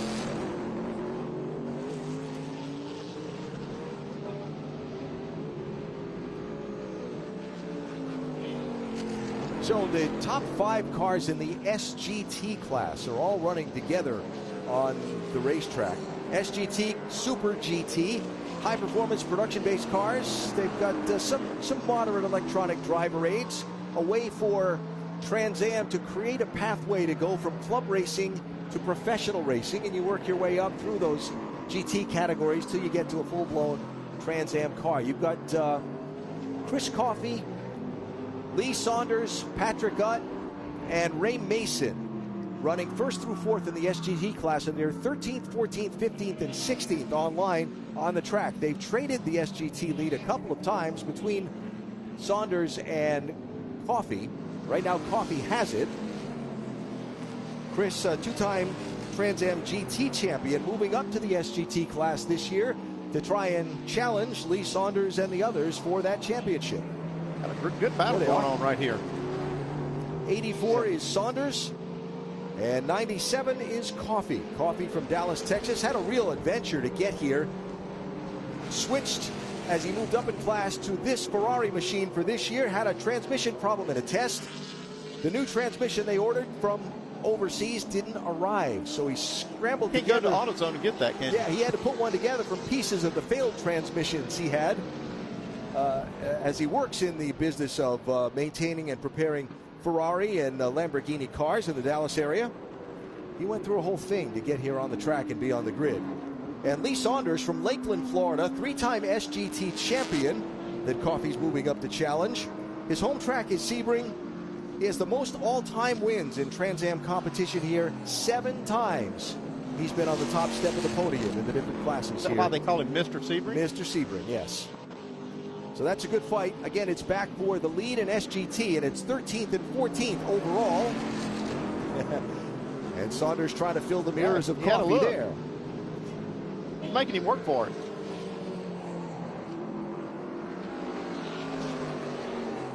Hearing that Derek Carter has just retired his Ford Mustang with mechanical troubles. Davenport, Iowa driver. Looking to make a move up from club racing in the Midwest into some of the professional ranks. He is done for the day. One of the other cars yielding to this battle.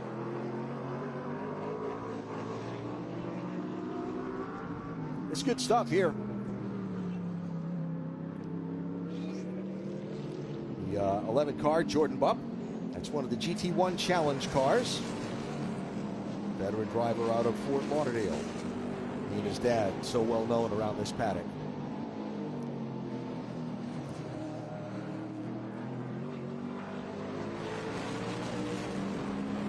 So Adam Andretti has fallen well off that fight for the final podium spot. Yeah, Dreesy and Kaylee Bryson are actually closing in on him for that spot. So Andretti in 5th, Dreesy in 6th, Kaylee Bryson in 7th. While Matt Brabham leads Paul Menard by 3.4 seconds out in front, and Brabham has led every lap of the day so far.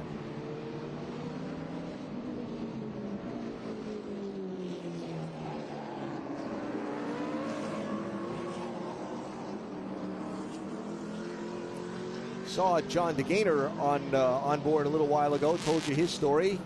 Word from pit road that John has got some mechanical issues and is off the pace, and he's got some electronic gremlins maybe in the first outing of that car. John knew what he was getting into this weekend, his first Trans Am race, that it was going to be a process, but hoped to use the day to get his confidence and sort the car and get ready for Road Atlanta in a couple of weeks.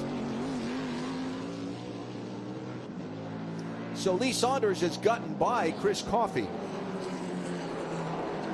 for that SGT lead. So Saunders has gotten by Coffey and reclaims the top spot in SGT.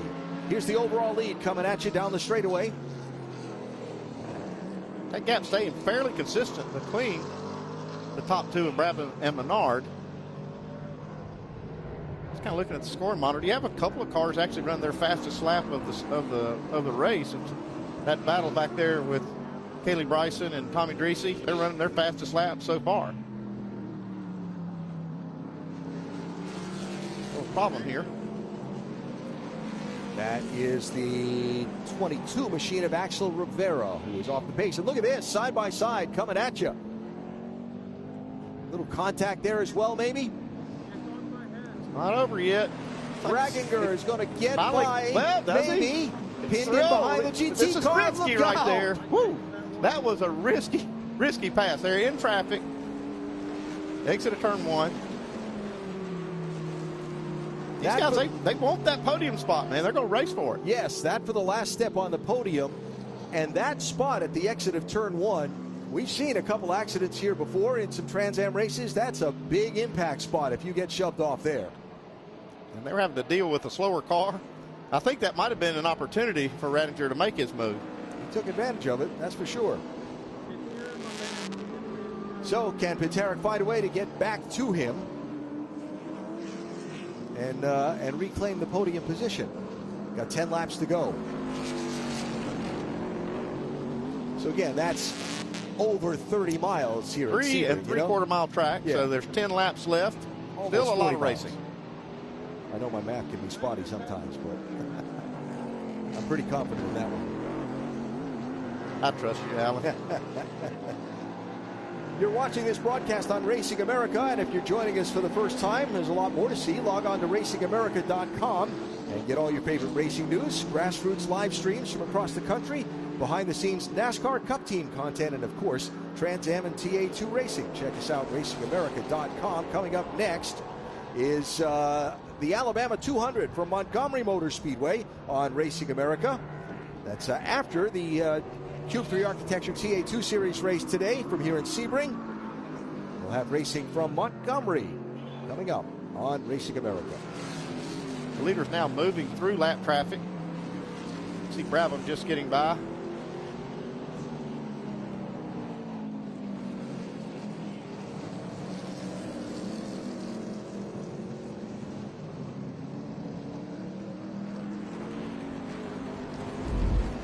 So let's check out that move for third place here with Ragginger and Pintarek. That was Milton This is Grant. where it gets tight. Pintarek did not want to give that spot up, but he had to. Either that or he was going to be off the racetrack and in big trouble over there. And Milton Grant in that SGT class car was the lap machine that was involved in Ray Mason making his way around, creating the tight space.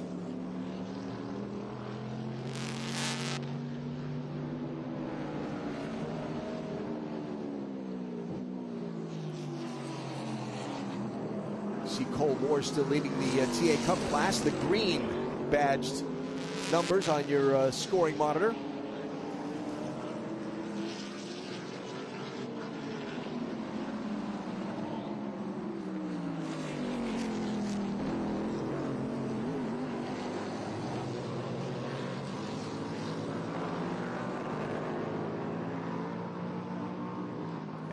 John DeGaynor gets overtaken by the leaders. Again, we talked about he's got some electrical or mechanical gremlins in that number 4 machine that have him off the pace.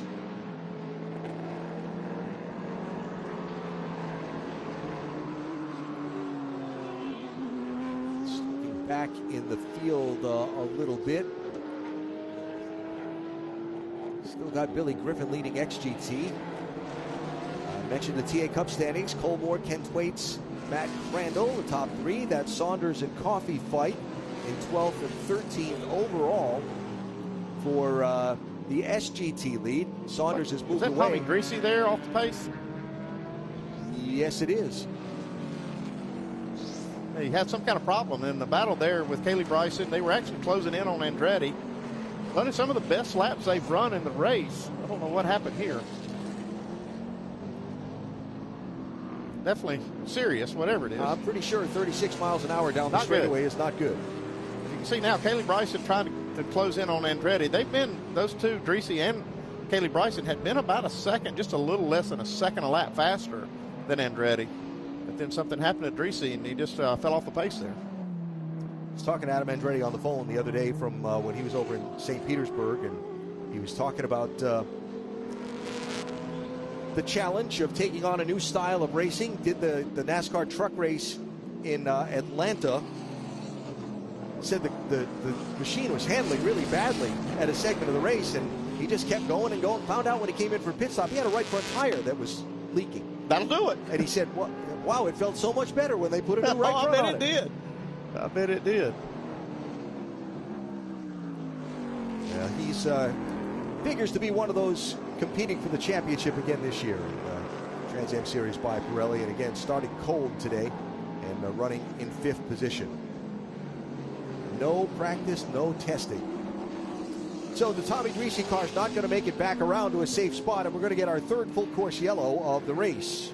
Yeah, that was in a bad spot there. I thought they'd have to throw a full course to get this car off. No real exit from the track where he is. That's a shame. Tommy Dreesy was having just a great battle with Kaylee Bryson as they were closing in on Andretti for that top 5 spot.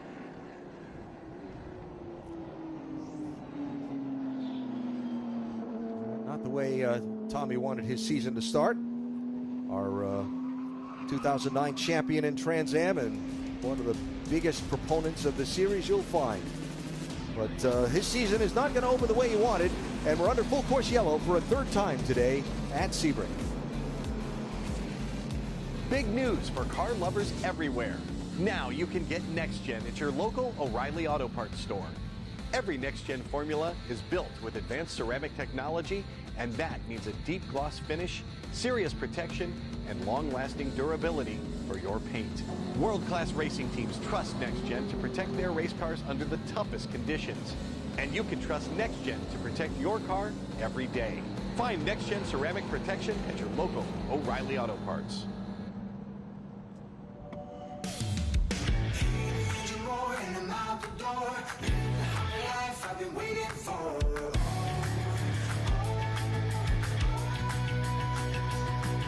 I don't even have him on this list.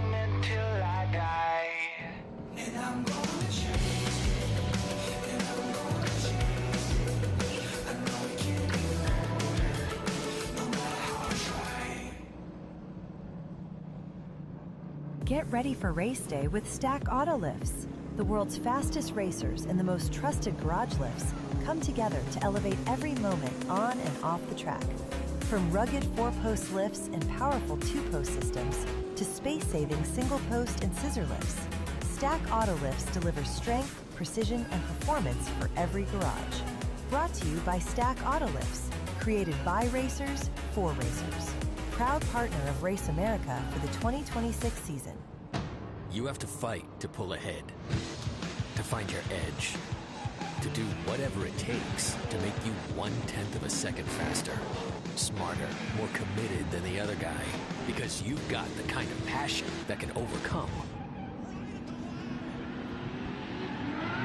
the impossible. And we've got the most powerful performance race fuel available to help you do it. Sunoco Race Fuels. Take the lead. At Sebring, for Tommy Dreese fans, not a good sight. Being hooked up behind one of the AMR safety team vehicles after his car came to a stop just shy of turn 17. And let's check down in the Dreese pit with Ben.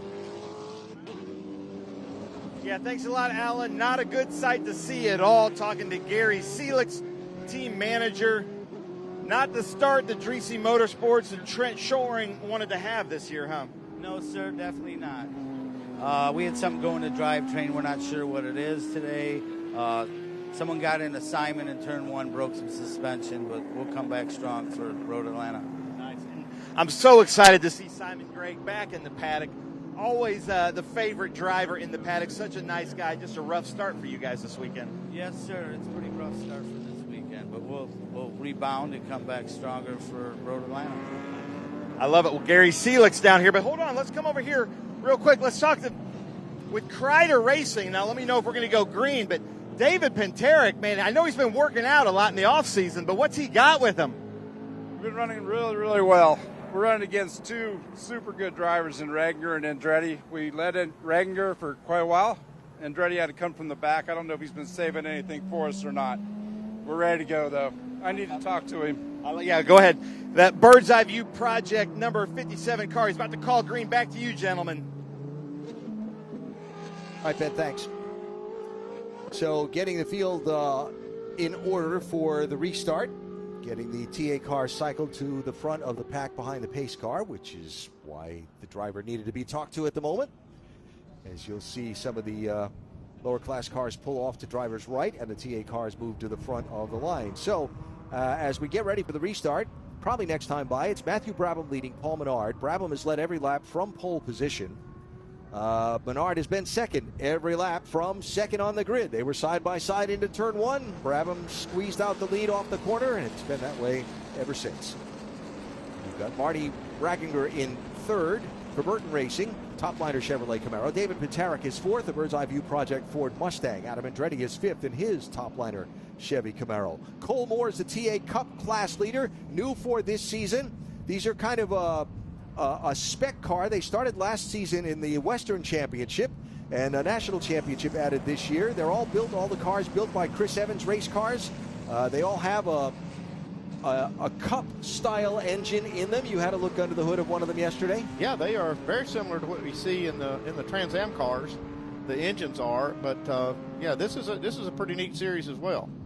So Cole Moore is the leader of TA Cup at the moment, 28-year-old from California. He's a contractor, and he's been a racer on the West Coast TA Western Championship, and he came down here to enter the season opener and said he'd love to become a more national, have a more national schedule in his future. Contractor by trade, but again, Moore is the leader in TA Cup. Billy Griffin runs 8th, XGT leader. Ken Thwaites is second in TA Cup. He's 9th overall. Ken, our chief operating officer of Racing America, started this weekend, but he's still behind the wheel as well. And running in 10th position overall, Matt Crandall in one of the TA Cup cars. He is third in class. Lee Saunders and Chris Coffey, 11th and 12th overall, first and second in SGT. And the GT1 Challenge leader is Fort Lauderdale's Jordan Bupp, who runs in 13th position overall. That's the running order as we work now with 6 laps remaining in the race and getting ready to get a restart here pretty soon. What do you think? Can Paul mount a charge here on Matt? I thought maybe he was saving a little bit, but I'm not so sure. It looked like Brabham was able to pull just a little more lead than I think Paul wanted to give him, let's say. But they were running some of their fastest laps of the race there, so I don't think they were really holding anything back.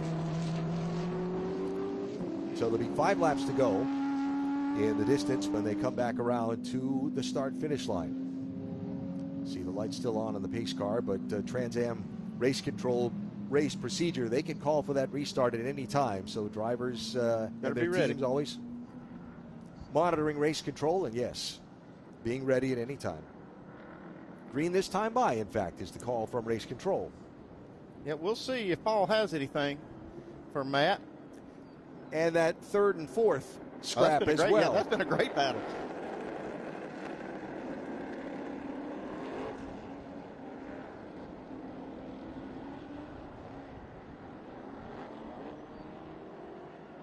All right, so on board Matthew Brabham. CD Racing, Chris Dyson, Poughkeepsie, New York-based team.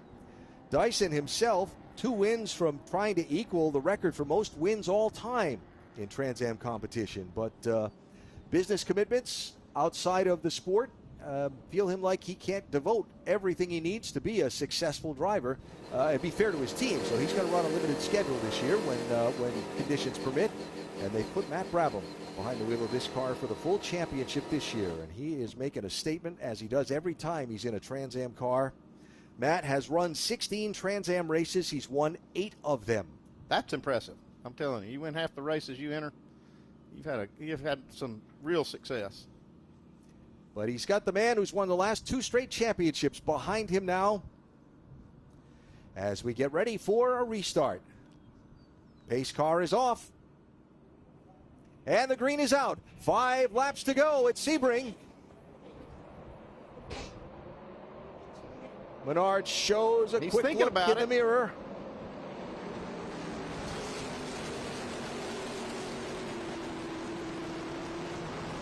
Nothing doing there. No, it looks like he lost a little bit to Brabham on the exit of 1.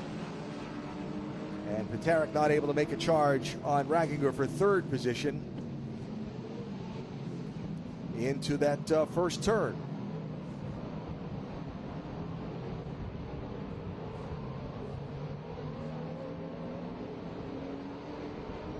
Yeah, they're not holding anything back here. See Paul trying to offset just a little bit under braking. That helps a little bit to get some air to the brakes. Staying offline also on a little cooler asphalt than the car in front of you. It's kind of a road racing technique I've heard these guys use as they go into these high braking zones to be able to try to get the most out of the car. You see Kaylee Bryson making a move here. On Adam Andretti. On the inside, this will be for 5th position. Side by side they go. The hard way trying out the outside. I'm not sure she can pull that one off. Nope. Has to fall back behind. She's run a really good race. Very calculated, keeping the car in one piece. Trying to finish strong here. Were with us earlier, Kaylee got spun in traffic in the first corner of the first lap and went all the way to the back of the pack and has had to make her way back up. Got the help of a full course caution in the restart procedure to get moved forward with the Trans Am cars. But yeah, a clean race and a tough race for Kaylee Bryson in her Trans Am debut. There's Menard trying to track Brabham down the straightaway to turn 17. Staying closer to him. I wonder if that might have been the only opportunity that Kaylee Bryson's going to have to pass Adam Andretti. Like he's gathered it up pretty well here. 4 laps to go. We can see the Adam Andretti car twitch a little bit on the exit.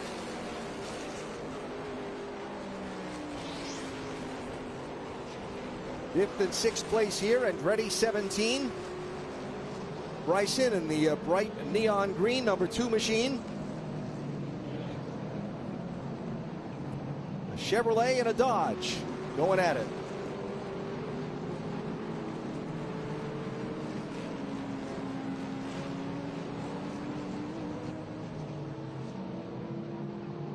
Menard doing everything he can to try and hang with Brabham, but Brabham just able to eke away a car length or so at a time. All these drivers are pushing pretty hard for the finish.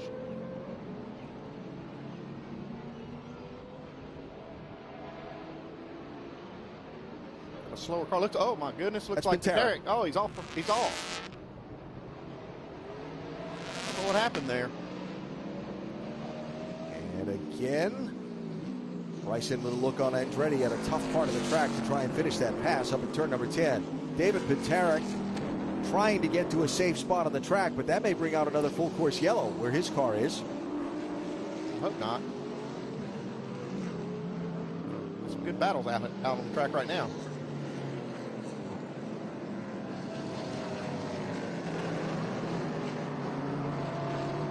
Oh, wow. Car hanging it out there off the corner.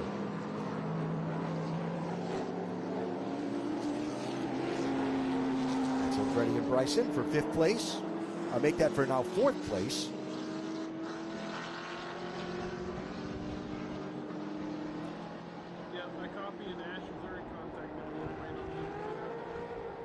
As the leaders come to the start-finish line. And we'll have 3 laps to go now. So Brabham and Menard, 1st and 2nd. A gap back to Ragginger in 3rd, and a gap back to Andretti and Bryson racing for 4th and 5th.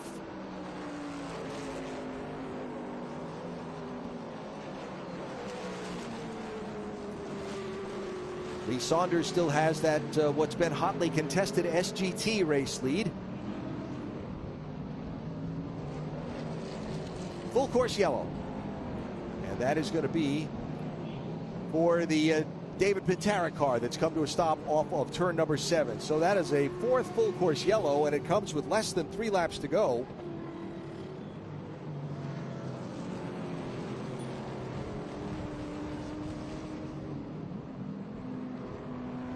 Now the good news is if they can get the field contained and get a safety vehicle to that, there is a spot there in turn number 7 to get that car behind the barrier and away. But restart procedures being what they are, we may get 2 laps, maybe 1 of racing before the end.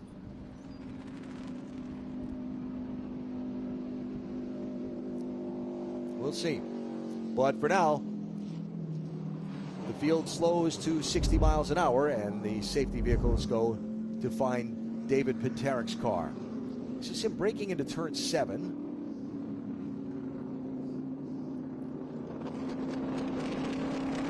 And then some mechanical issue. This thing was great till it wasn't. Yeah, right. Yeah, it's hard to say from that angle what happened, but definitely a mechanical issue. When he tried to go off the corner, it didn't go. Didn't go.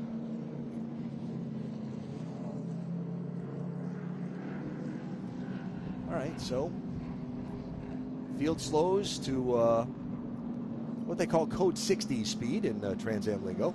Everybody down to 60 miles an hour, where they will then move the safety equipment and then get the pace car out in front of the field and gather them up and reorder them. Hopefully we get at least 1 more lap of green flag racing in this one. What can you say about Matthew Brabham?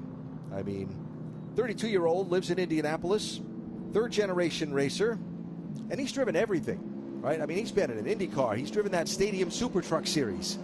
He's been in IMSA and sports car competition, and as I mentioned a little bit ago, in Trans Am competition, he's just lights out.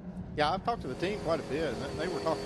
They say everybody thinks that car is so special, and the team's telling me, they're pointing over to Matt and said, that's what makes it special. That guy is really good. They couldn't say enough good things about Matt Brabham. I was talking to him during the testing days here in January, and I asked him why this formula fits so well for him and why. And he said, well, I have a little bit of a secret sauce.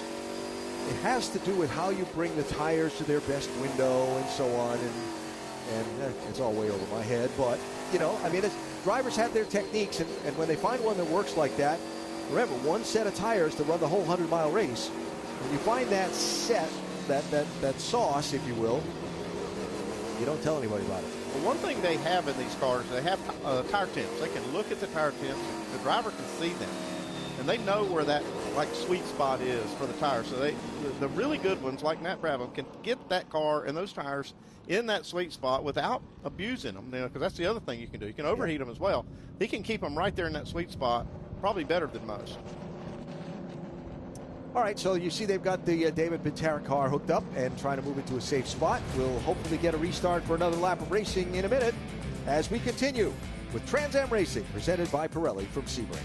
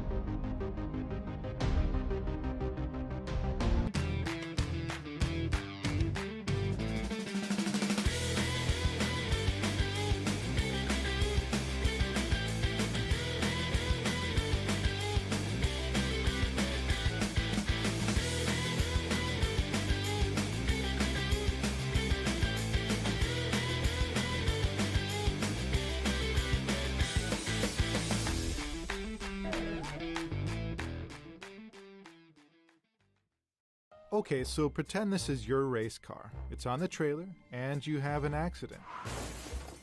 Ouch! At least your truck's insurance will pay for another one? Yeah, not so fast. Standard insurance won't replace your race car, whether it's in the trailer, in the paddock, in the garage, or the repair shop. But at Haggerty, we can protect it for what it's really worth anytime it's off the track. No matter what or where you race, all for less than a set of race tires. Haggerty, let's drive together.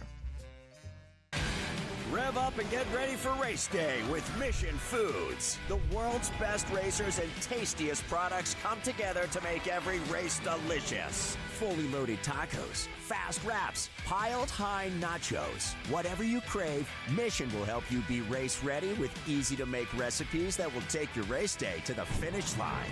Keep your racing delicious and enjoy all the mouth-watering action. Brought to you by Mission Foods. Too fast, too tasty.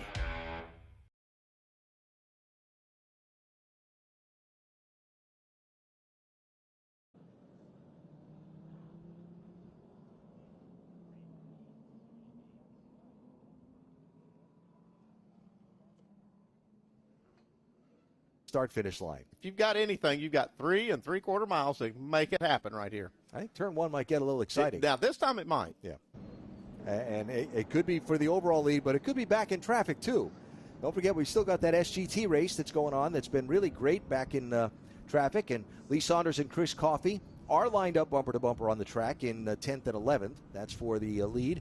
And in TA Cup, the lead there, they got a couple of cars between first and second.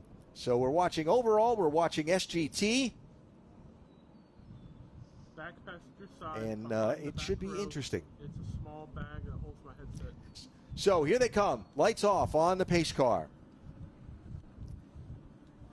As they make their way to turn 17, the final corner of this historic Sebring layout. They'll come off the corner with the pace car hanging a right onto pit road. And we'll have one lap to go to decide the season opening race. Matthew Brabham, Paul Menard, first and second. Green flag and white flag out. Last lap at Sebring, and we're racing again.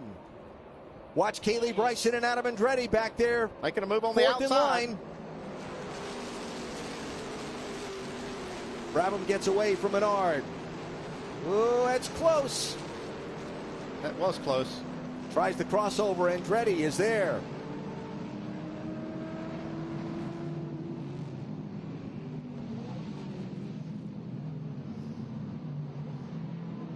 I know Bryson, she would like to have this spot, but she wants to make all the laps. Say she finished this one.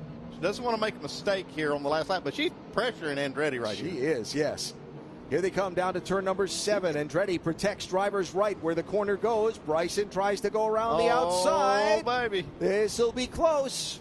Oh. Andretti they're still trying touching. to get that spot covered off the corner. I'm actually impressed Bryson was able to stay as close and running off the track right there. That's a bad spot. Oh, she's not giving up this battle. Looks up the outside to turn 10. Nothing doing there. Adam Andretti trying to protect 4th. That's the closest race in this top 5 at the moment.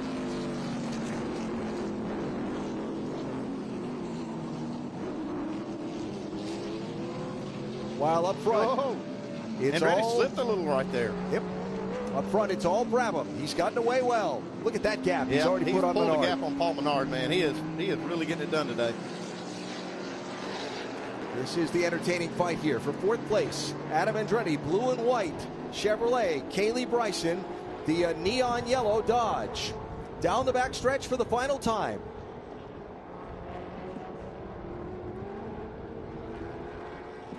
And while they fight for that position up front, it's another Matthew Brabham day in Trans Am. He started on pole by setting the fastest lap in practice. He leads every lap, and he scores the win at Sebring to open the 2026 season. Brabham wins it. Menard is second. Ragginger will round out the podium in Trans Am. Andretti holds off Bryson for fourth and fifth. Farther back in SGT, Saunders holds off Coffey by about a car length to get that class win in a closely fought contest. But Matthew Brabham continues to earn the accolades, and CD Racing for team owner Chris Dyson as Brabham scores his 9th win in 17 tries in Trans Am Series racing. What a talented driver. It's crazy.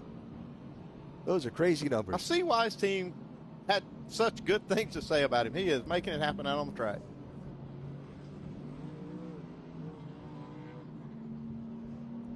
Really never saw him put a wheel wrong all day.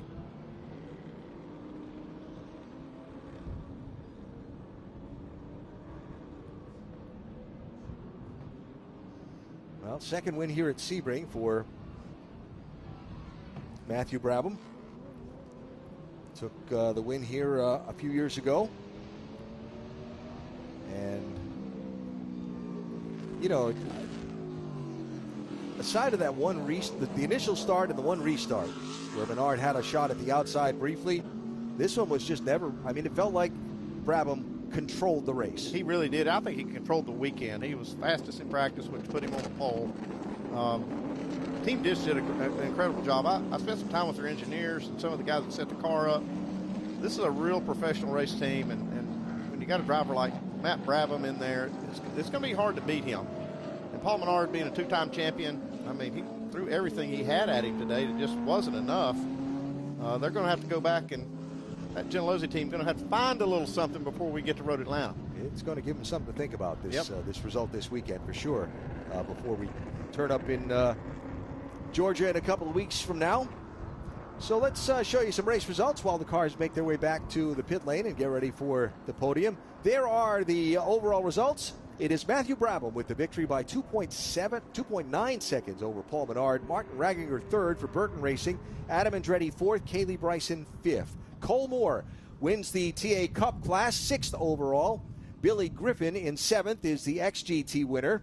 Ken Thwaites and Matt Crandall are the rest of the podium in TA Cup, 8th and 9th overall, 2nd and 3rd in class. That SGT race, Lee Saunders over Chris Coffey, just barely, 0.3 of a second. So Saunders with another Sebring win, and the SGT title on the day. You look further back in the field at some of the other finishes. Jordan Bupp wins the GT1 Challenge, 16th overall. And a lot of mechanical troubles today. Tommy Dreesy, David Pinterick, John DeGainer, some Simon really good Gregg. runners too, yeah. Glad to see that. So that's how they ran today at Sebring in round one of the Trans Am Series presented by Pirelli. While they make their way toward the podium, a reminder that coming up this afternoon at 1 o'clock, Cube 3 Architecture TA2 Series, pre-race show and green flag for their season opener here at Sebring. So he's made his way to Jim Weed Victory Lane. Appropriate, it's the Jim Weed car. And Chris Dyson's team ready to celebrate with ladies their and driver. gentlemen, here we are Matthew at Brabham. Jim Weed Winner's Circle. We've got Matt Brabham getting out of the car. Not sure why we haven't brought any other cars in here, but Brumby is down here. His dog, the good luck charm of the dog, is down here. Matt Brabham, married in December. There's Brumby. Hi, Brumby. An unbelievable, I think that is 9 wins in 17 races. That's over 500. That's unbelievable. I think any race team would absolutely love to have that. Matt Brabham with Jim Weed here at Winner's Circle. Jim Weed, Winner's Circle. Chris Dyson, hopefully you're watching. Pius, I hope you're watching. Unbelievable. How was it for you out there, Matt? Oh, it was just awesome. I mean, the car is so good to drive. Sebring is a historic track. I love it here. The bumps add some character, but the car was phenomenal. The guys at Chris Dyson Racing did an awesome job putting this car together for this weekend, and I can't thank the boys and girls here on CD Racing enough. Jim Weed, obviously, big thank you to them, and Chris Dyson and Rob and everyone at home watching. Thank you so much.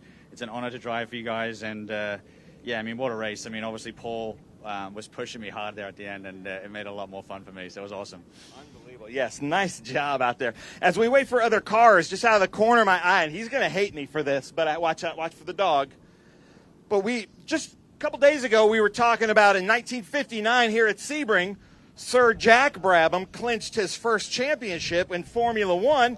Here's Jeff Brabham watching his son win another Trans Am race. How's that feel? Yeah, it's great. I was a bit nervous there with so many restarts because, anything could happen on those. But, yeah, Matt and the team's really good. And, yeah, it's just if you win, you just got to soak it up while you can because you never know what happens at the next race.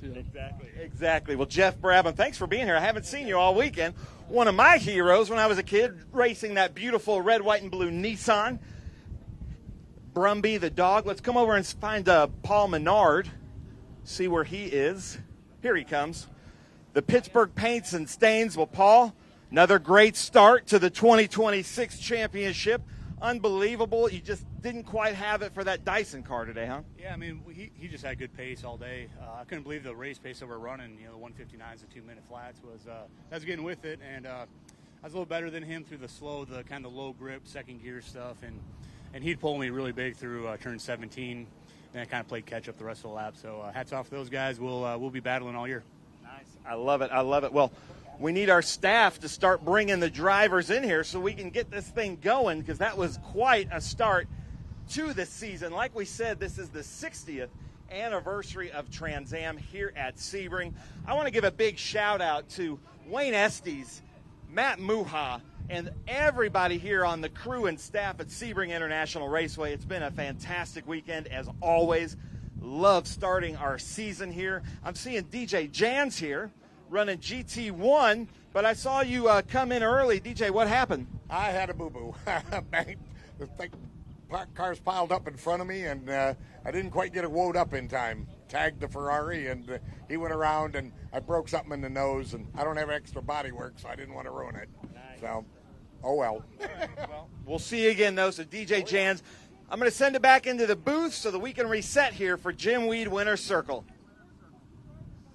Okay, Ben, thanks. Let's talk about the potential long season championship fight between the two-time defending champions, 3GT Racing, Paul Menard and the Gentilozzi Group, and CD Racing and Matt Brabham in this 16 for the full campaign. Yeah, it's going to be a battle, but I'll tell you, they made a statement here today with Matt Brabham. They're going to be very, very hard to beat no matter where they go.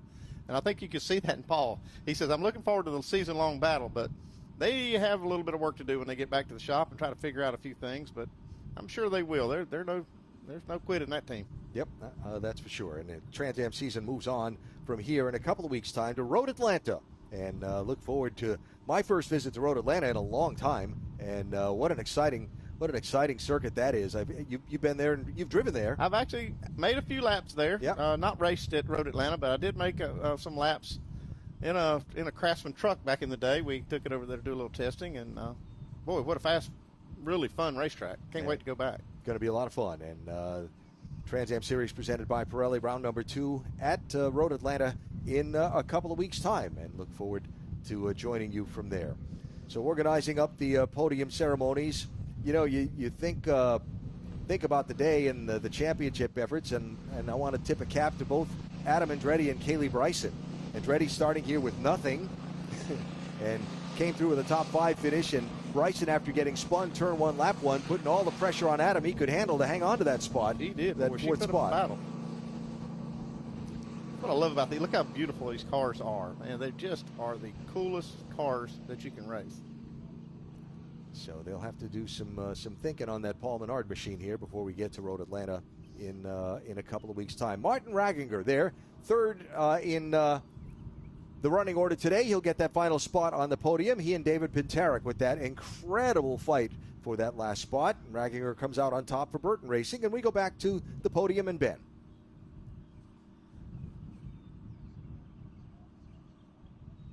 Now, Sebring, let's get really loud for Jimweed Winner's Circle, celebrating the 60th anniversary of Trans Am. The Trans Am Series started back here in 1966, right there with a standing start and a green flag. We absolutely love starting our season here for those reasons. I had the honor of being here celebrating the 50th for Trans Am, but something about the 60th seems even more special. Because of that and because of TV time, we're actually going to start with the big dogs, the TA class here at Jimweed Winner's Circle. So, in third place, running that Burton Racing top liner, Chevy Camaro. Sebring, I need you to get super loud for Martin Ragginger. Nice, Sebring. Keep up that energy. I don't know, though. He might need one more round of applause. Martin Ragginger. I see him over there. Hey, Vince, send that driver over here. Pancho. Hey, Pancho, Claudio. All right, one more time, Sebring. He doesn't speak good English. Martin Ragginger, third place in that top liner. Burton Racing Chevy Camaro. I see what's going on. Vince from Dyson Racing and Pancho from Weaver Racing, they're trying to distract you. In second place, our two-time champion from the last 2 years, running the Pittsburgh Paints and Stains, Menard's 3GT, beautiful Ford Mustang. Ladies and gentlemen, let's hear it. Paul Menard. Yes, Sebring. Keep this energy. I love it. Keep it up. Don't disappoint us, ladies and gentlemen.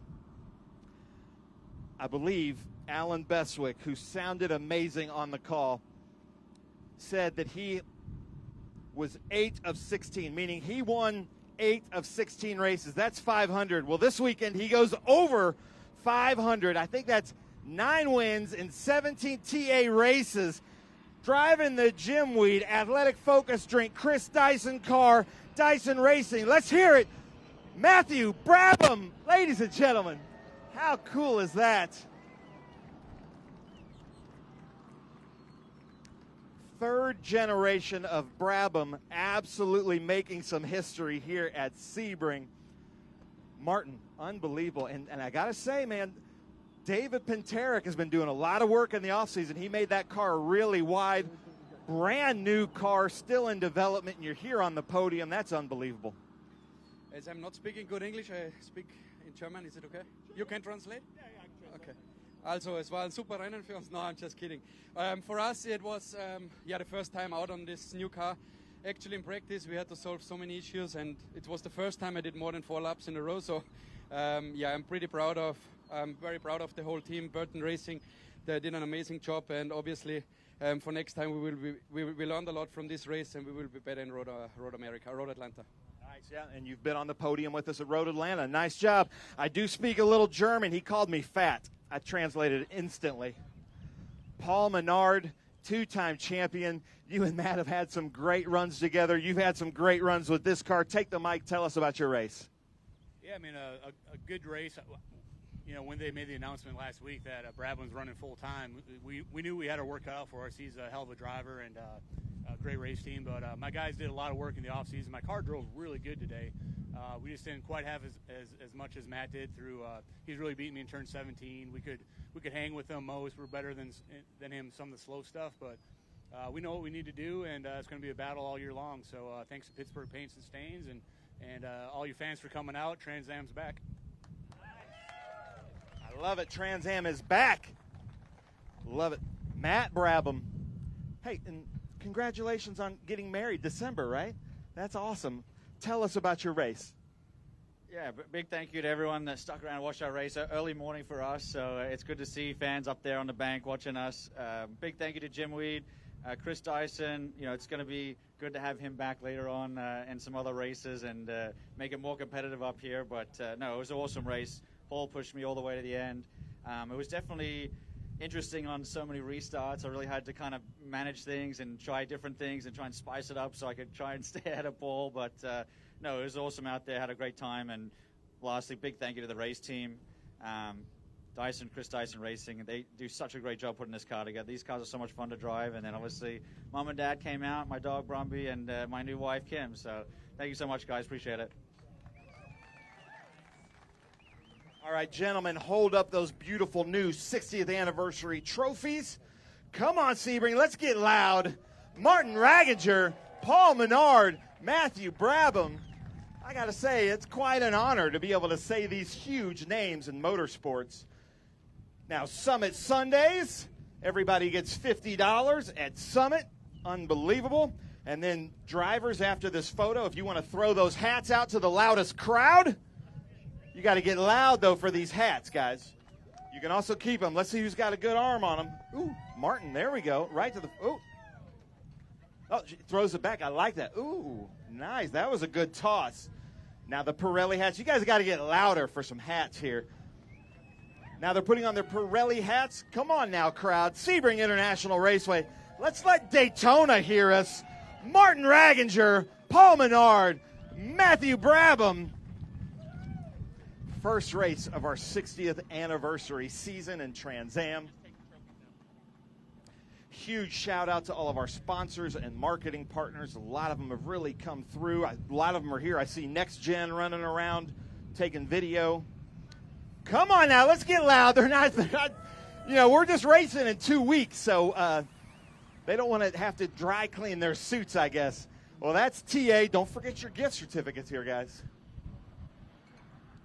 Nice job. Hey, way to start the season, all of you guys. Nice job. One more time for TA, Martin Ragginger, Paul Menard, Matthew Brabham. All right, we are going to go to GT1. Unbelievable cars that would have raced here maybe 15, 20 years ago.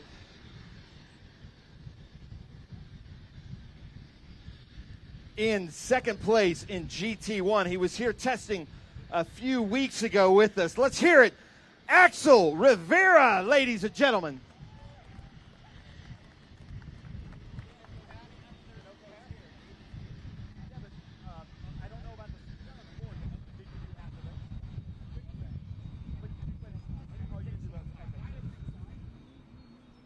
And then, ladies and gentlemen, his dad was on the top step in TA. What year was that?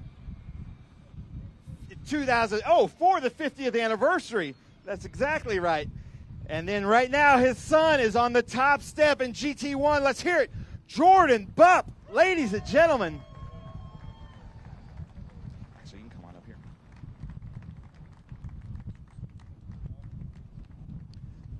Well, Axel was with us just a few weeks ago in testing. I saw you had to come in with some mechanicals all the way from Puerto Rico, ladies and gentlemen. Tell us about your race. Well, we get some luck. This was a survival race. This is my first race in about 20 years in a GT1 car. So we get luck. So thanks to God and thanks to my family and thanks to Bud Motorsport that it just was a power steering belt. Oh, wow. Okay. So power steering belt keep out, but we got a lot of fun. Nice. Thank you. Thank you so much. He said a power steering belt issue. And then Jordan Bupp, take the mic. Tell us about your race. I think 10 years after your dad was on the top step, here you are on the top step. Yeah, thank you. I can't thank my team, Bupp Motorsports, enough, and my family, and Flowtech Racing Engines, Ultimate Performance Shocks, EMCO Gearbox makes the strongest third gear in the industry because I used it for 25 of the 27 laps. So lost the rest of the gearbox, but we had a good weekend, fast car. The new Pirellis are absolutely awesome, and Racing America and Trans Am are doing a great job bringing this series to where it needs to be. I can't thank my dad enough for bringing me back here. I'm driving the same car that he won in here 10 years ago, so it's a shout out to Riley Technologies for building an amazing car all these years, and thank you to my crew chief, Todd Corey, for getting it done. I love it. I love it. All right, Sebring. Let's give a welcome to Puerto Rico's Axel Rivera and Florida's Jordan Bupp. Come on now, Sebring.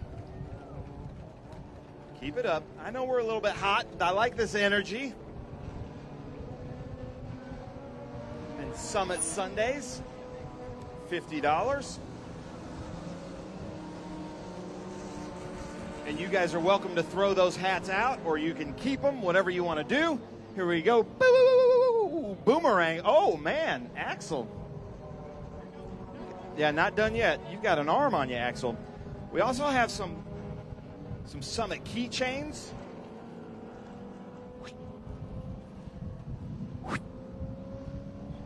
Yeah, hold the trophies up, guys. One more time. Come on, Axel Rivera, second place.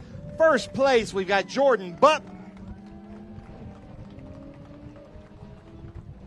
Nice, Sebring. I love coming here. And watch out for the champagne.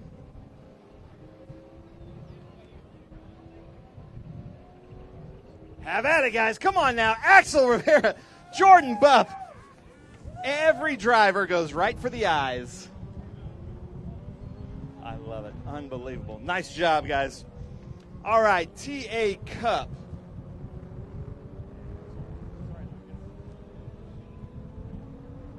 In TA Cup, these are unbelievable cars. Kind of new to the series. In third place, he was on the podium with us last season at Portland International Raceway, all the way coming to Sebring. Let's hear it, Matt Crandall, ladies and gentlemen. In second place, this may be a first for the series, our COO, who's been racing in the series for a while. When the job came available, he's like, hey guys, what about me? All the way from Brentwood, Tennessee, running the Franklin Road Apparel. Let's hear it for Ken Twaits. My boss. And then a really fast driver out from California. Ladies and gentlemen, let's hear it for Cole Moore. First place. First career win in TA Cup. Thank you, Trippy. Well, Crandall, you're just racking up the podiums, man. Take the mic. Tell us about your race. Hey, it's a fun time. It's the first time I've ever been here. I picked up a lot, watching a bunch of these guys' videos because, man, I feel like it's in the weeds at the start of the weekend. But it's a great race, super fun track, just a great crowd. I can't thank Chris Evans' team and Avant Garde for sponsoring, and thank you very much. How about that? Matt Crandall with Avant Garde. I see you, adjusting over here. Ken, take the mic. Tell us about your race. I feel like I'm a seamstress because I was sewing my way through all that traffic, spinning and crashing everything on that first lap. It was exciting, it was great. So happy that TA Cup is now a national class. You're going to see more of these cars. We should have more at Road Atlanta and a whole bunch at Sonoma, so keep your eyes open. Nice. Unbelievable. Franklin Road Apparel, Ken Twaits, and then Cole. Take the mic. Tell us about your race. Yeah, that was an amazing race. We kind of one of those where everything went my way. Made the right zigs and zags on the first lap. Jeff Jefferson just gave me a really good car this weekend. I want to thank my mom and dad for everything they do in my career in racing. These guys are taking off. And Chris Evans, he called me last week to be here, so thank you, Chris. This is an honor to race these TA Cup cars. They're unbelievable. Thank you, Ken, for everything you do. And, I just love being a part of Trans Am. This is amazing. Thank you, guys. I love it. Now, come on, Sebring. A lot of these guys came all the way from the West Coast, Pacific Northwest. Let's hear it. Matt Crandall, Ken Twaits, Cole Moore, John Moore. We miss you, buddy. Maybe next time. Our CEO, Lee, is over here cheering on his COO, Ken Twaits. I like seeing that. It's Summit Sundays. Hold those up. Wait, Ken, you're not excused yet. Hold those up. It's Summit Sundays, and then you guys can throw out those hats. All right, Sebring, who wants a hat? Let's see if anybody can hit Lee Giannone with their hat. Woo, that's pretty good. Ooh, Crandall's got the best arm on him. There we go. Oh, Lee almost caught it on his head. That would be another Trans Am first. All right, Sebring, come on now. Let's get loud. Matt Crandall, third place. Ken Twaits in second. And Cole Moore in first. It's not the head, Cole, it's the afro. Come on now, Matt Crandall, Ken Twaits, and Cole Moore in TA Cup.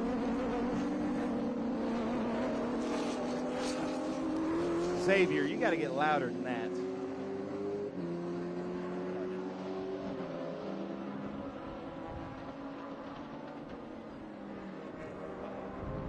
Look at that. He just takes it and leaves. I think he wanted a drink, really, honestly. He didn't want to get sprayed. He can't drink on the job. He's working. Oh, there we go. Sorry, Chris.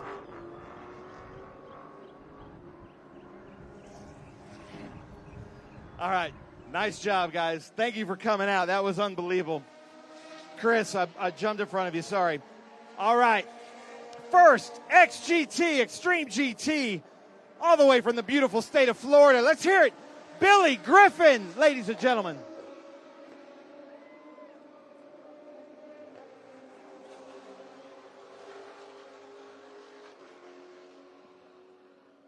Billy texted me late last night and said, hey, before the race starts, I really have a new foundation on my car that I really want to talk about. I did my best, but Billy, if you could explain that and then tell us about your race. Take the mic. Yeah, I'd like everybody to check out the Kevin Popke Foundation. It's an Army Ranger who passed away in a motorcycle accident after retiring, and it's a foundation that helps veterans in need in Florida. So if everybody could check that out, I appreciate it. I also like to thank my team for giving me a great car to drive. That was a wild race. And I'd like to thank Brent at Bridge Hall, as usual, and Danny Lowry. Thank you very much. Billy Griffin, ladies and gentlemen. Two-time GT champion at Trans Am, right? Come on, hold that trophy up. Come on now. Billy, yeah, Billy Griffin. How about that? It is Summit Sunday. There we go. That was quite a first race of the season, Billy. Nice job. He said, don't mess my hair up. That's a first also on Trans Am. How about that? Billy Griffin, Extreme GT with Bennett Bridge Hall and the Kevin Popke Foundation. You want to throw out this hat, Billy? Oh, he's going to give it a hat away. All right, now we go to Super GT. And ladies and gentlemen, in third place, one of my good friends. We've been hanging out a long time in that number 49. Let's hear it. Patrick Utt with that Race Quip car. In second place, two-time GT champion running SGT this season in a Ferrari. Let's hear it for Chris Coffey with Coffey Motorsports. And then, Lee, are you two-time or one-time? Three-time Super GT champion in that beautiful Dodge Viper. Let's hear it for Lee Saunders. Come on, Sebring. Keep up that energy. Patrick Utt back on the podium with us, man. Take the mic. Tell us about your race. Man, it was tough. I worked really hard during that race. I was trying not to lose sight of these guys who were super fast, but yet hold off Ray Mason and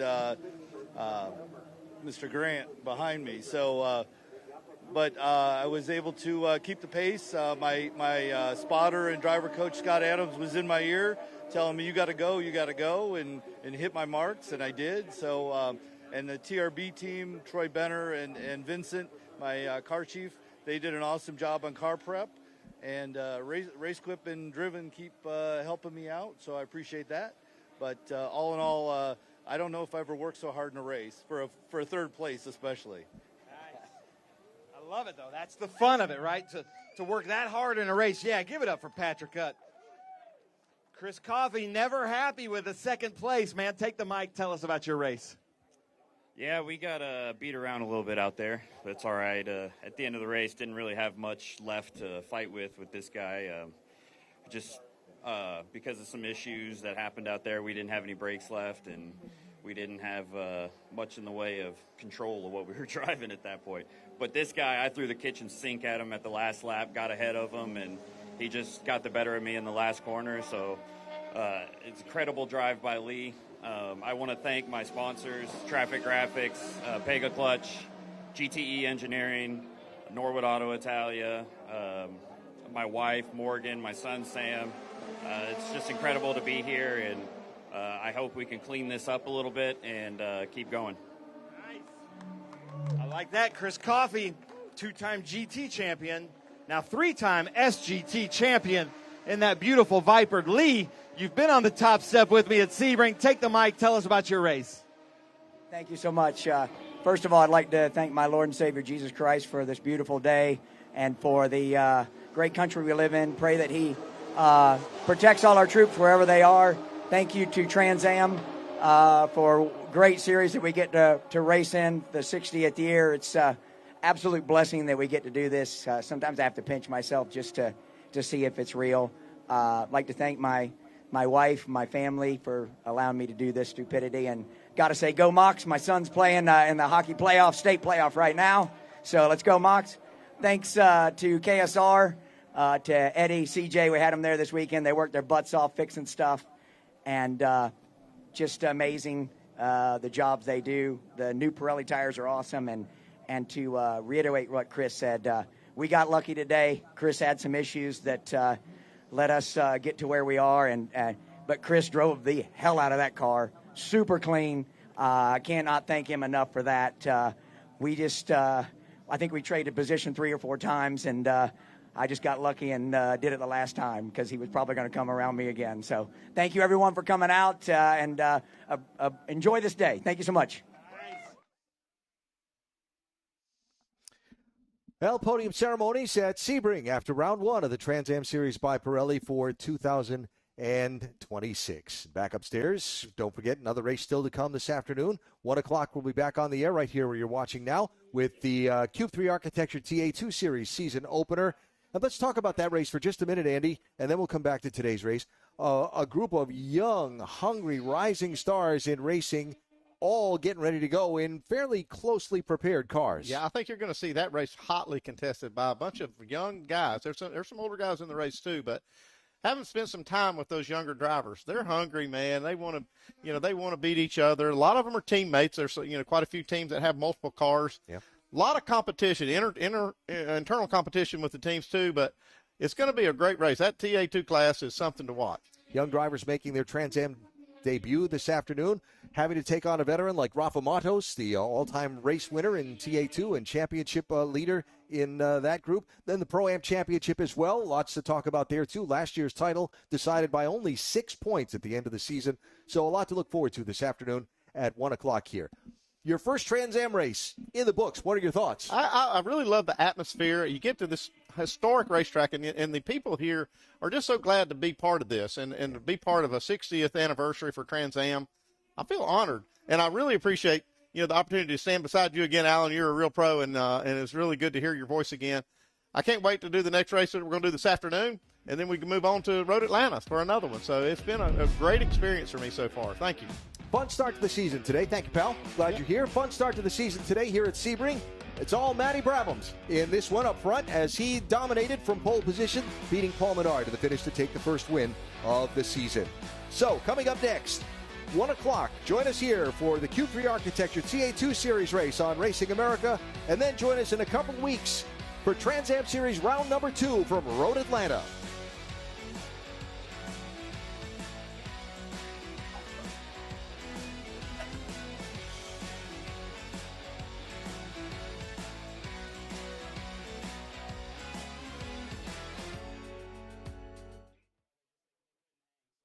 This copyrighted telecast may not be reproduced, retransmitted, or used in any form without the authorized written consent of Racing America. We hope you enjoyed today's broadcast.